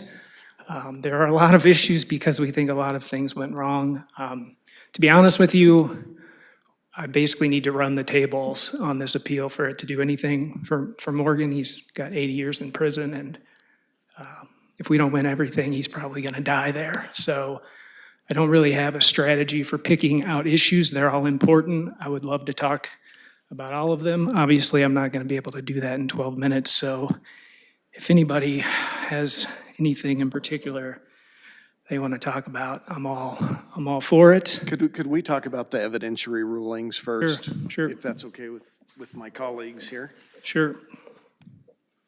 You had a question, or you just want me to? I want, just give me your pitch and I'll probably have some questions. So the Rule 807, just go through all of them? Let's or- let's talk about your 403 argument first. Oh, the Castillo remand I'm asking for? Yeah. Yeah. And I'll just go ahead and throw out my question. Yeah. So my question is, there's an argument as to the 807 argument that it would be harmless. Yeah. That it was harmless.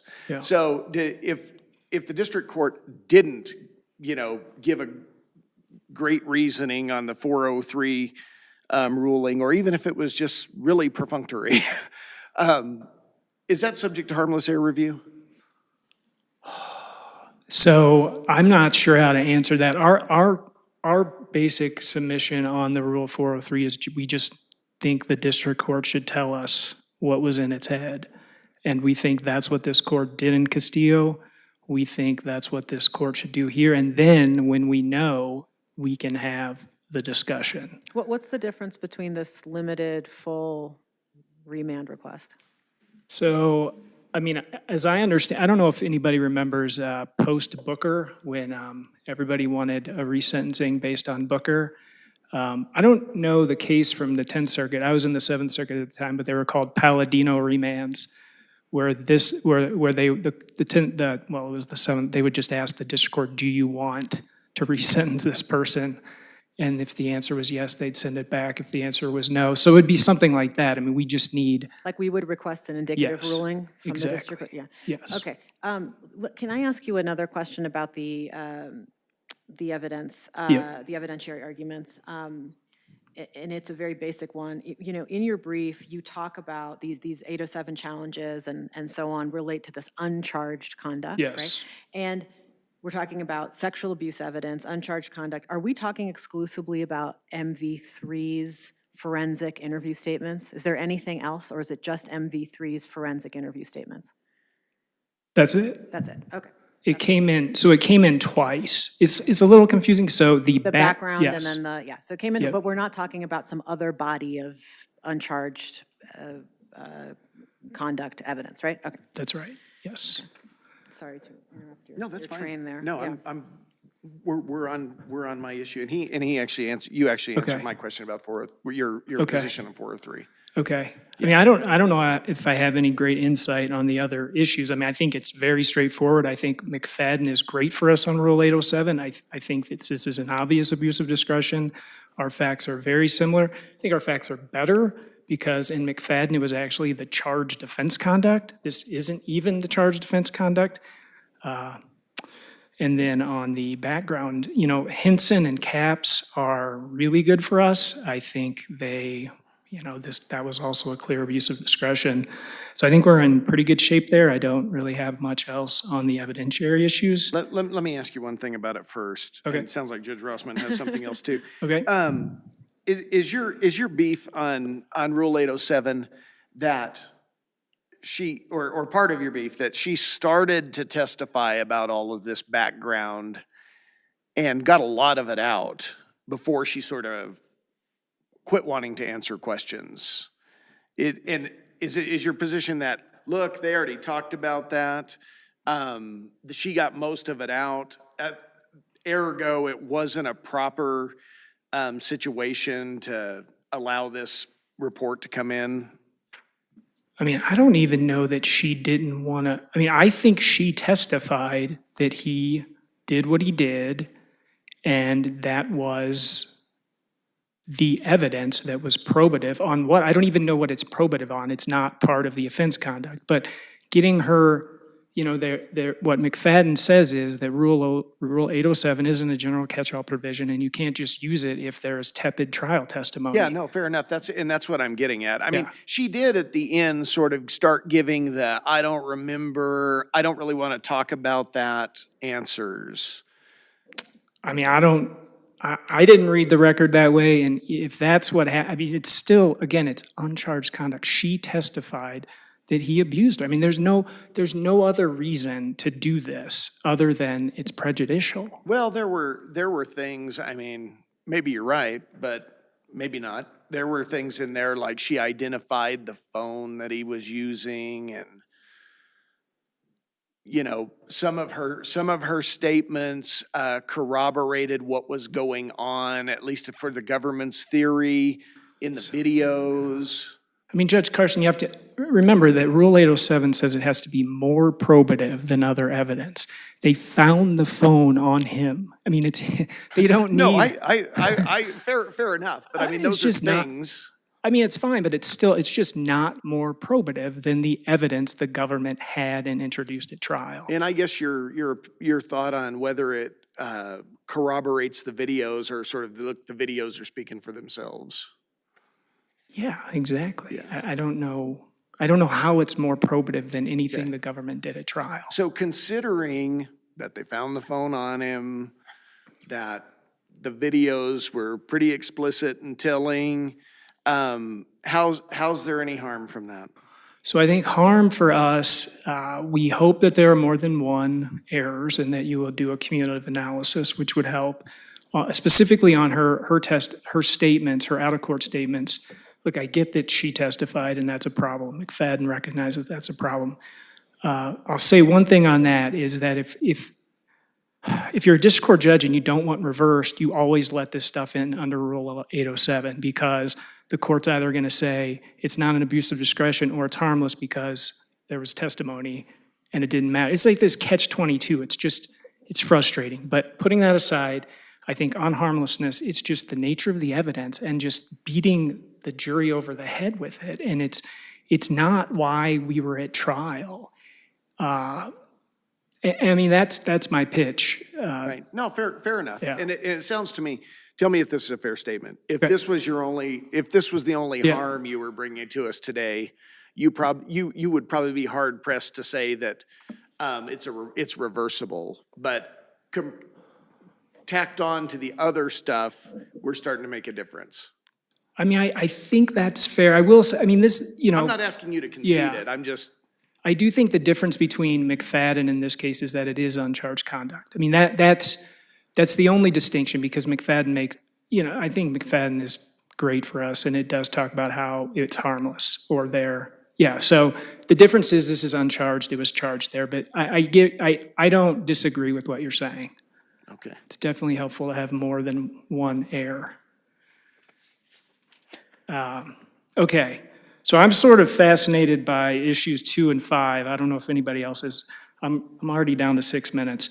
I do want to talk about multiplicity and the forfeiture waiver, and hopefully this argument makes sense because I think this is actually a very important argument on when you have to raise a multiplicity challenge. And I know that there is the line of precedent about Rule 12B and good cause, but the rule says if the basis for the motion is then reasonably available and the motion can be determined without a trial on the merits.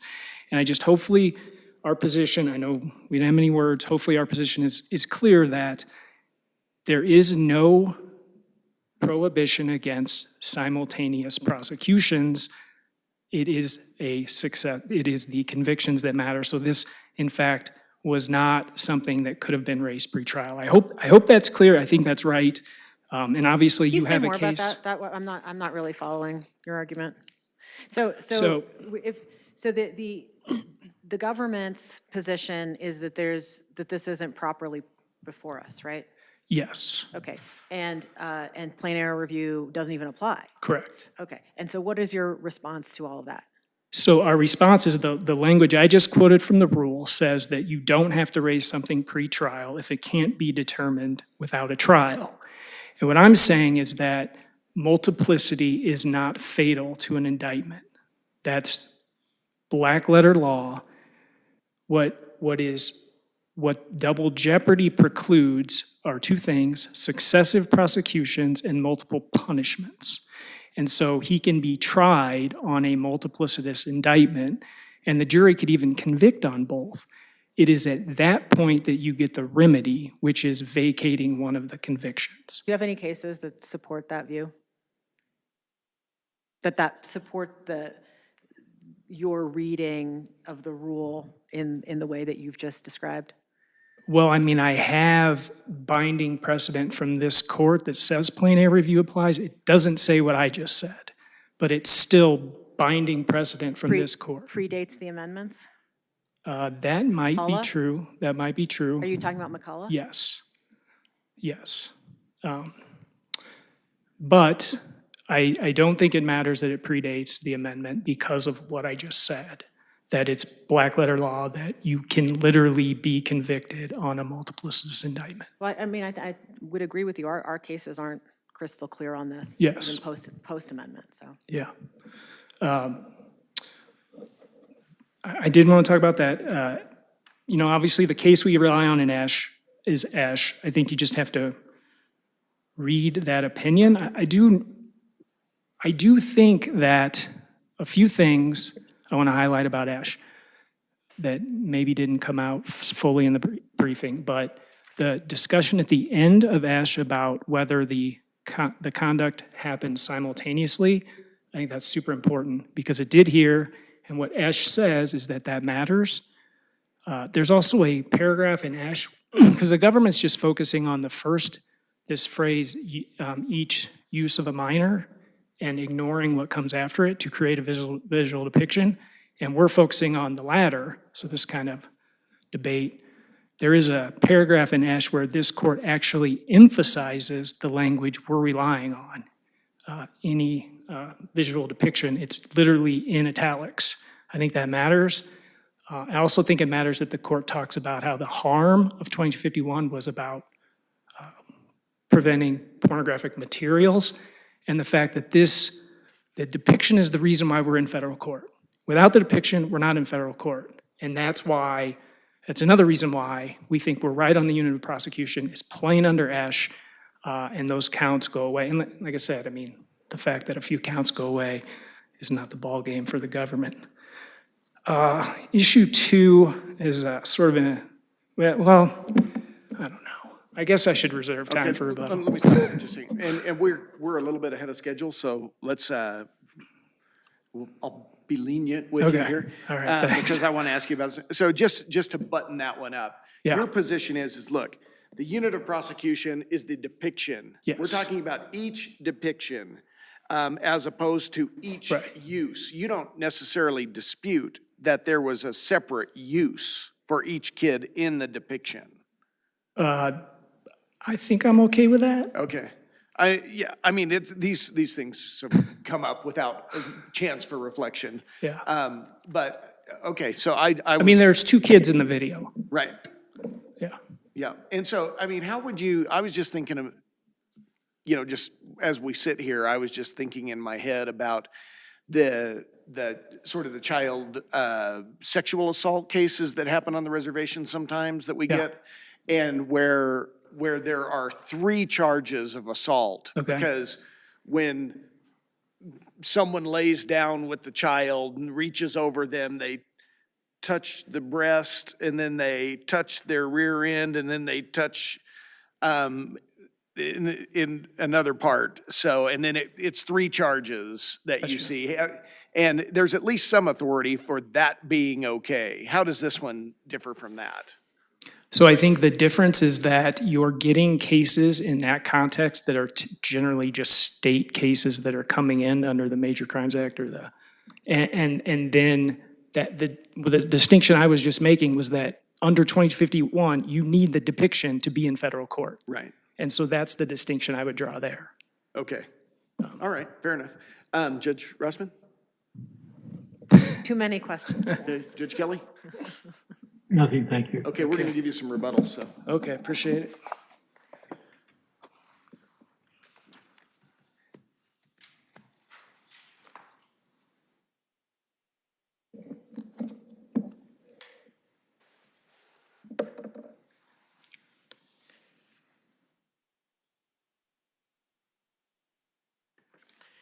Good morning, Your Honors. Brian Clark for the United States.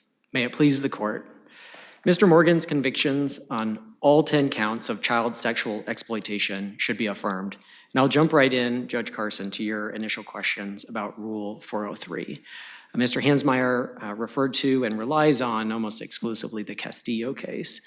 The Castillo case was a Rule 414 case, and in this court's decision in Threatt, this court said that the more rigorous explanation standard that applies to Rule 414 evidence does not apply to evidence that is also admitted as res geste. All of the evidence that Mr. Morgan challenges the admission of here was admitted as res geste, as well as under Rule 414. And so our submission— I'm not sure he concedes that it's properly admitted under res geste. Well, I think that's contested, isn't it?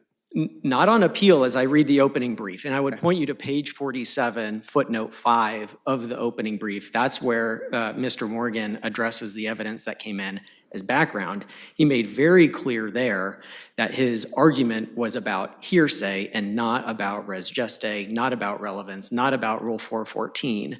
Now, in reply, he does come back and try to say, well, my hearsay argument is effectively the same as a res geste argument, and that's incorrect also, because res geste, of course, deals with the relationship between the conduct and the offense conduct, the prior conduct and the offense conduct, whereas hearsay has to do, well, at least in the background context, whether the statements that came in were necessary to give the jury context. So hearsay and res geste are two separate concepts that Mr. Morgan, in reply, tries to conflate in order to, I think, sort of salvage his Rule 403 argument. Okay, assuming what you say is true, is your position that if this were a 414 case and we were trying to decide whether you could have harmless error with respect to a 403 determination, that maybe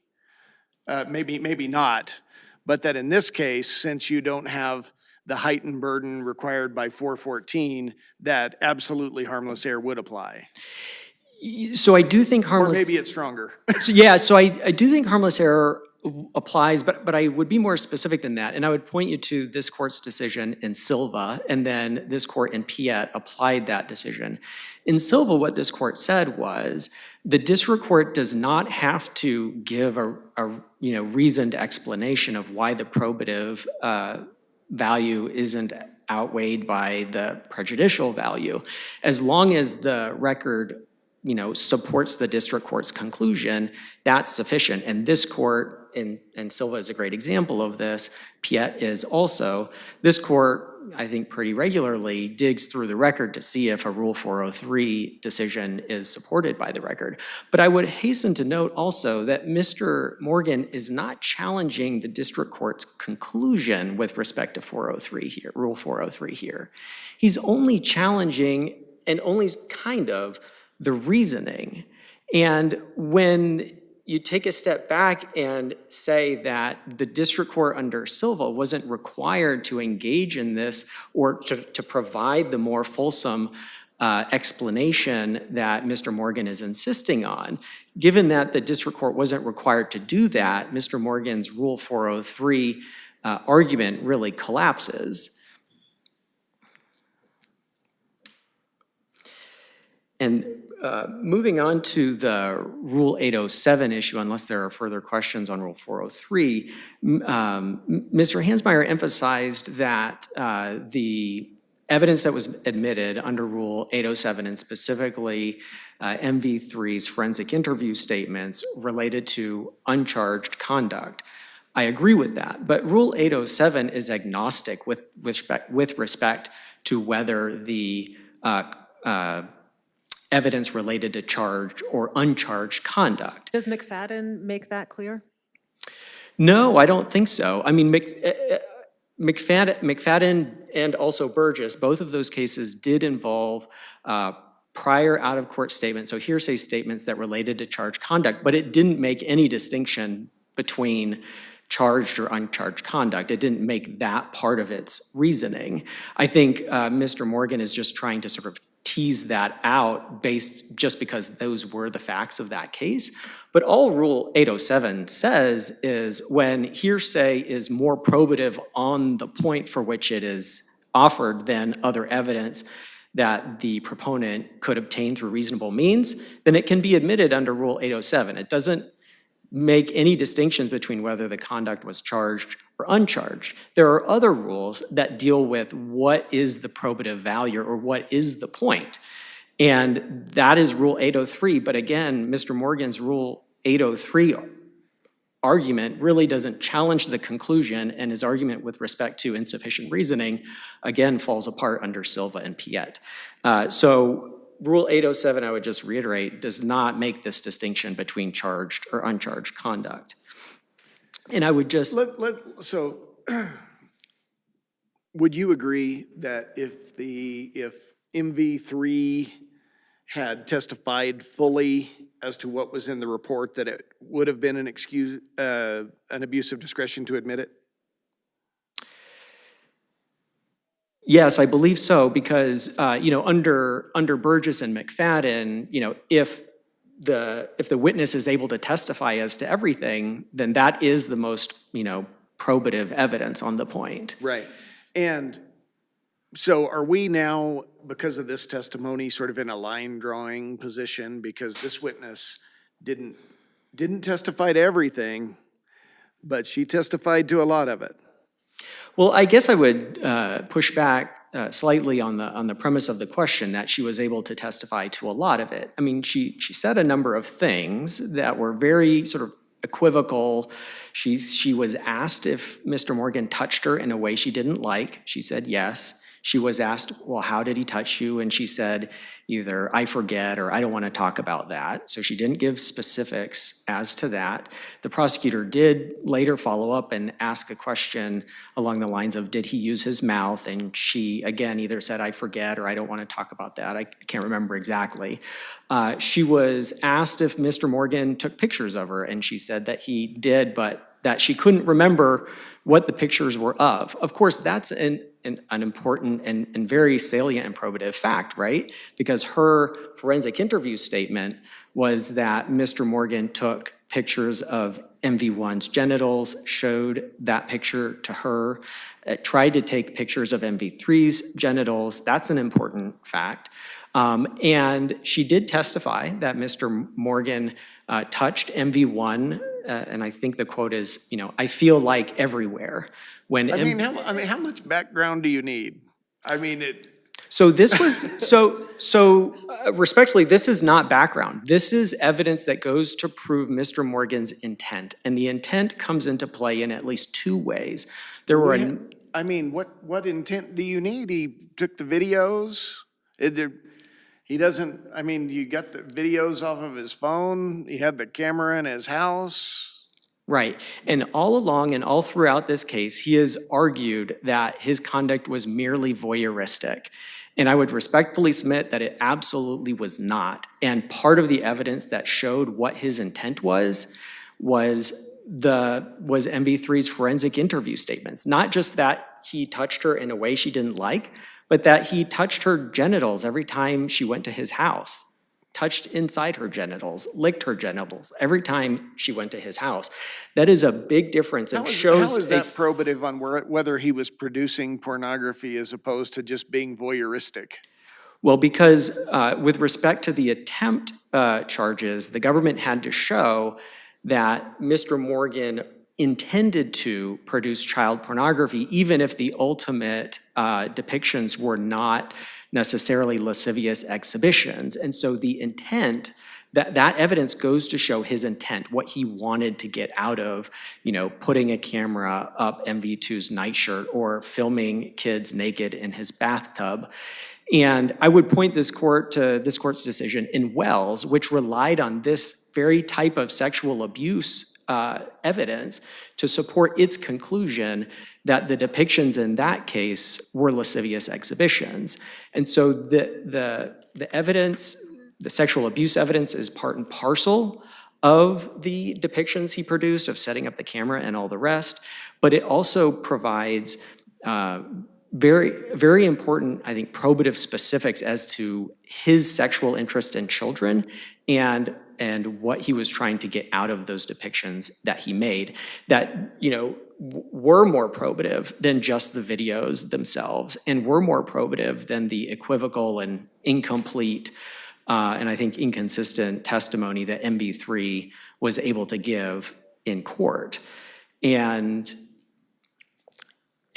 so I think that it was, you know, proper under Rule 807 because it was more probative on that point. What do you think about, I was going to move on to multiplicity. Okay. Okay. So we have Judge Briscoe's old case, which the name escapes me, and we have Mr. Hansmeier's Rule 12B argument on multiplicity. I mean, what's your take on the multiplicity?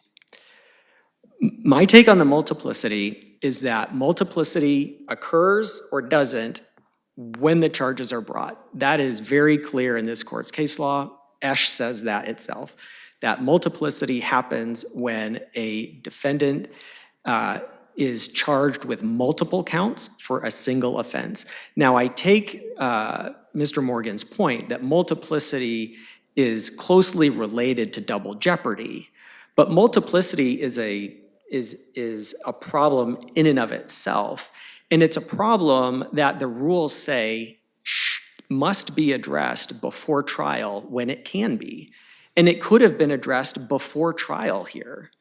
And I guess But do you agree that that's what the language of the rule says? So that's what it says, and so as Right. applied here, the government's contention is it could have been addressed, and so why is that?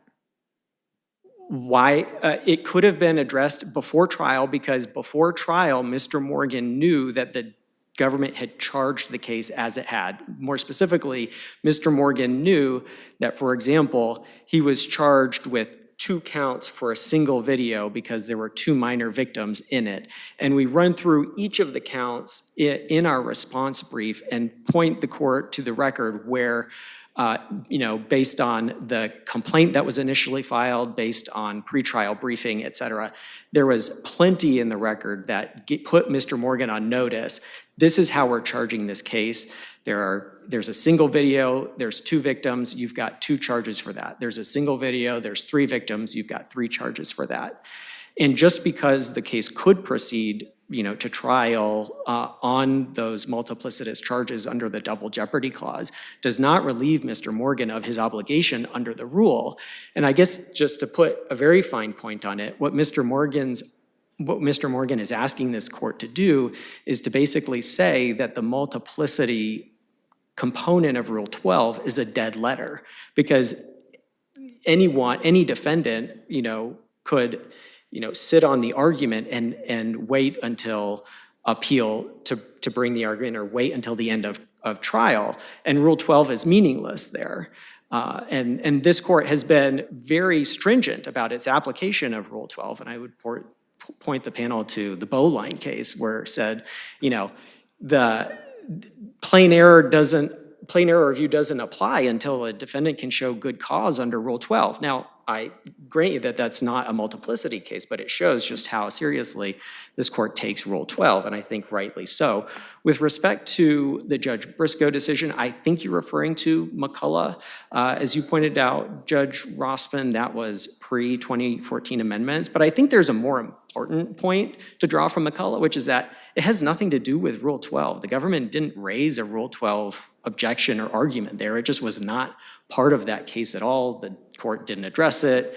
And so sure, it applied plain error, but this court routinely says that issues lurking in the background aren't resolved by a decision that doesn't address them.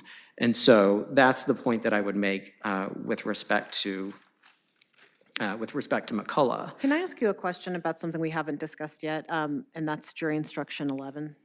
Sure. And so this is the contention here is that it misstates the law because it sort of conflates general and specific intent. I mean, does the government agree that it's just on its face doctrinally just incorrect?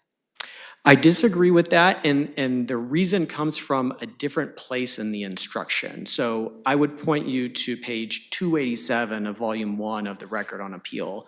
That is where the instruction specifically says that in order to convict of attempt, the government has to prove beyond a reasonable doubt that the defendant intended to commit the crime. And so when you read the provision that you were referring to, Judge Rossman, in light of that definition of what attempt means, it clears up any issue that there would be regarding whether general as opposed to specific intent is required. So your position is that reading it together wouldn't mislead the jury. So this is an argument the government, if I understand your position, contends we can resolve on error, not harmlessness? That's right, yes. Yes. And in addition to that, I would echo what the district court judge said, which is that anytime someone knowingly attempts something, how could you do that without intending to do so? I think that supports our argument. I think my first line argument, though, would be the language that follows on the following page of the instruction, page 287. I see that I am out of time. If I may make one final point with the court's indulgence regarding the background testimony, which I haven't had a chance to address yet. Go ahead. Okay, I'll do it quickly. And I would just note that with respect to the background testimony, Mr. Hansmeier mentioned that the Hinson and Capps cases are strong for them, which is interesting because those cases were not cited at all in the very extensive pretrial briefing that occurred in this case. And the reason is because the argument that he makes on appeal with respect to the background testimony is different than the argument that was made below. He makes a hearsay argument on appeal with respect to the background testimony, but below the arguments were all about res gestae 414 and the like. There was no hearsay objection at trial. Defense counsel did not raise this issue, and it's raised for the first time on appeal. And in response to our brief, which noted that, Mr. Morgan has not argued plain error. So that argument, I think, should be deemed waived. Thank you, counsel. Thank you. Let's give Mr. Hansmeier 3 minutes.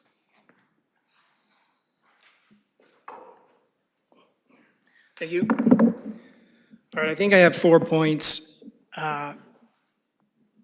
Just on the multiplicity, just to be very clear, the language in the rule includes this language. The motion can be determined without a trial on the merits. That's why I'm right, the government's wrong, because this issue could not be determined without a trial on the merits. Full stop. If he's not convicted of multiplicitous counts, there is no multiplicity problem. Just period. Couldn't the district court look at that in a pretrial motion and say, wow, I'm looking at this, and under the statute, in the end, only one of these can go forward anyway as a matter of law, so I'm striking count 2 or one of them. I don't think so. I don't think that, not in this, and I will say that it's not a dead letter because, I mean, you could have a purely multiplicity. You could have 2 counts that are purely multiplicities. I mean, if the government literally charges the same offense in 2 counts with no sort of distinction, I mean, here they charge different victims. So the question becomes, okay, is the jury going to buy both? And if they do, then you have to vacate one of the convictions on the back end. I mean, it's not a dead letter because there could be 2 purely multiplicitous Fair counts. enough. This whole discussion about res gestae and we were arguing something new and it's hearsay blows my mind. I don't get it. The whole res gestae thing, that word makes that, I don't know why. My opening brief didn't use that word because I don't know what it means and I don't think any of us do. The bottom line is the debate below was about whether this was proper background evidence, full stop. And it wasn't just hearsay. The government was trying to get in a bunch of other stuff. So the fact that we're just talking about statements on appeal doesn't turn what was an argument about whether this is necessary to prove context into a hearsay argument. It's the same argument. There's no difference. It's just the fact that by admitting the non-hearsay, it becomes hearsay. Okay, that's fine. That's a product of my argument. But the argument is identical. And we don't have to cite cases in the district court. The attorney made clear that this was unnecessary. The government didn't need it. That's enough to preserve it. And the cases are on point. So that's that. On the specific intent instruction, I guess this will be my last point. The idea that a general instruction is somehow maybe correct, then the specific elements instruction is wrong. I mean, that is the inverse of Bedford, which the government cites. I get that if a specific elements instruction is correct and a general instruction is maybe wrong, you probably don't have a problem. But you flip that on its head, no jury is going to say, I'm going to ignore the specific instruction and rely on this general instruction. I don't buy it. I don't think you should either. Okay, And I'm thank you, done. Counselor, you're out of time. Thank I you. appreciate it. I did just want to comment with both of you. I think Judge Rossman and I on various panels have had both of you in court recently, and the arguments are always really good and helpful, and I just want to tell you guys that we appreciate it.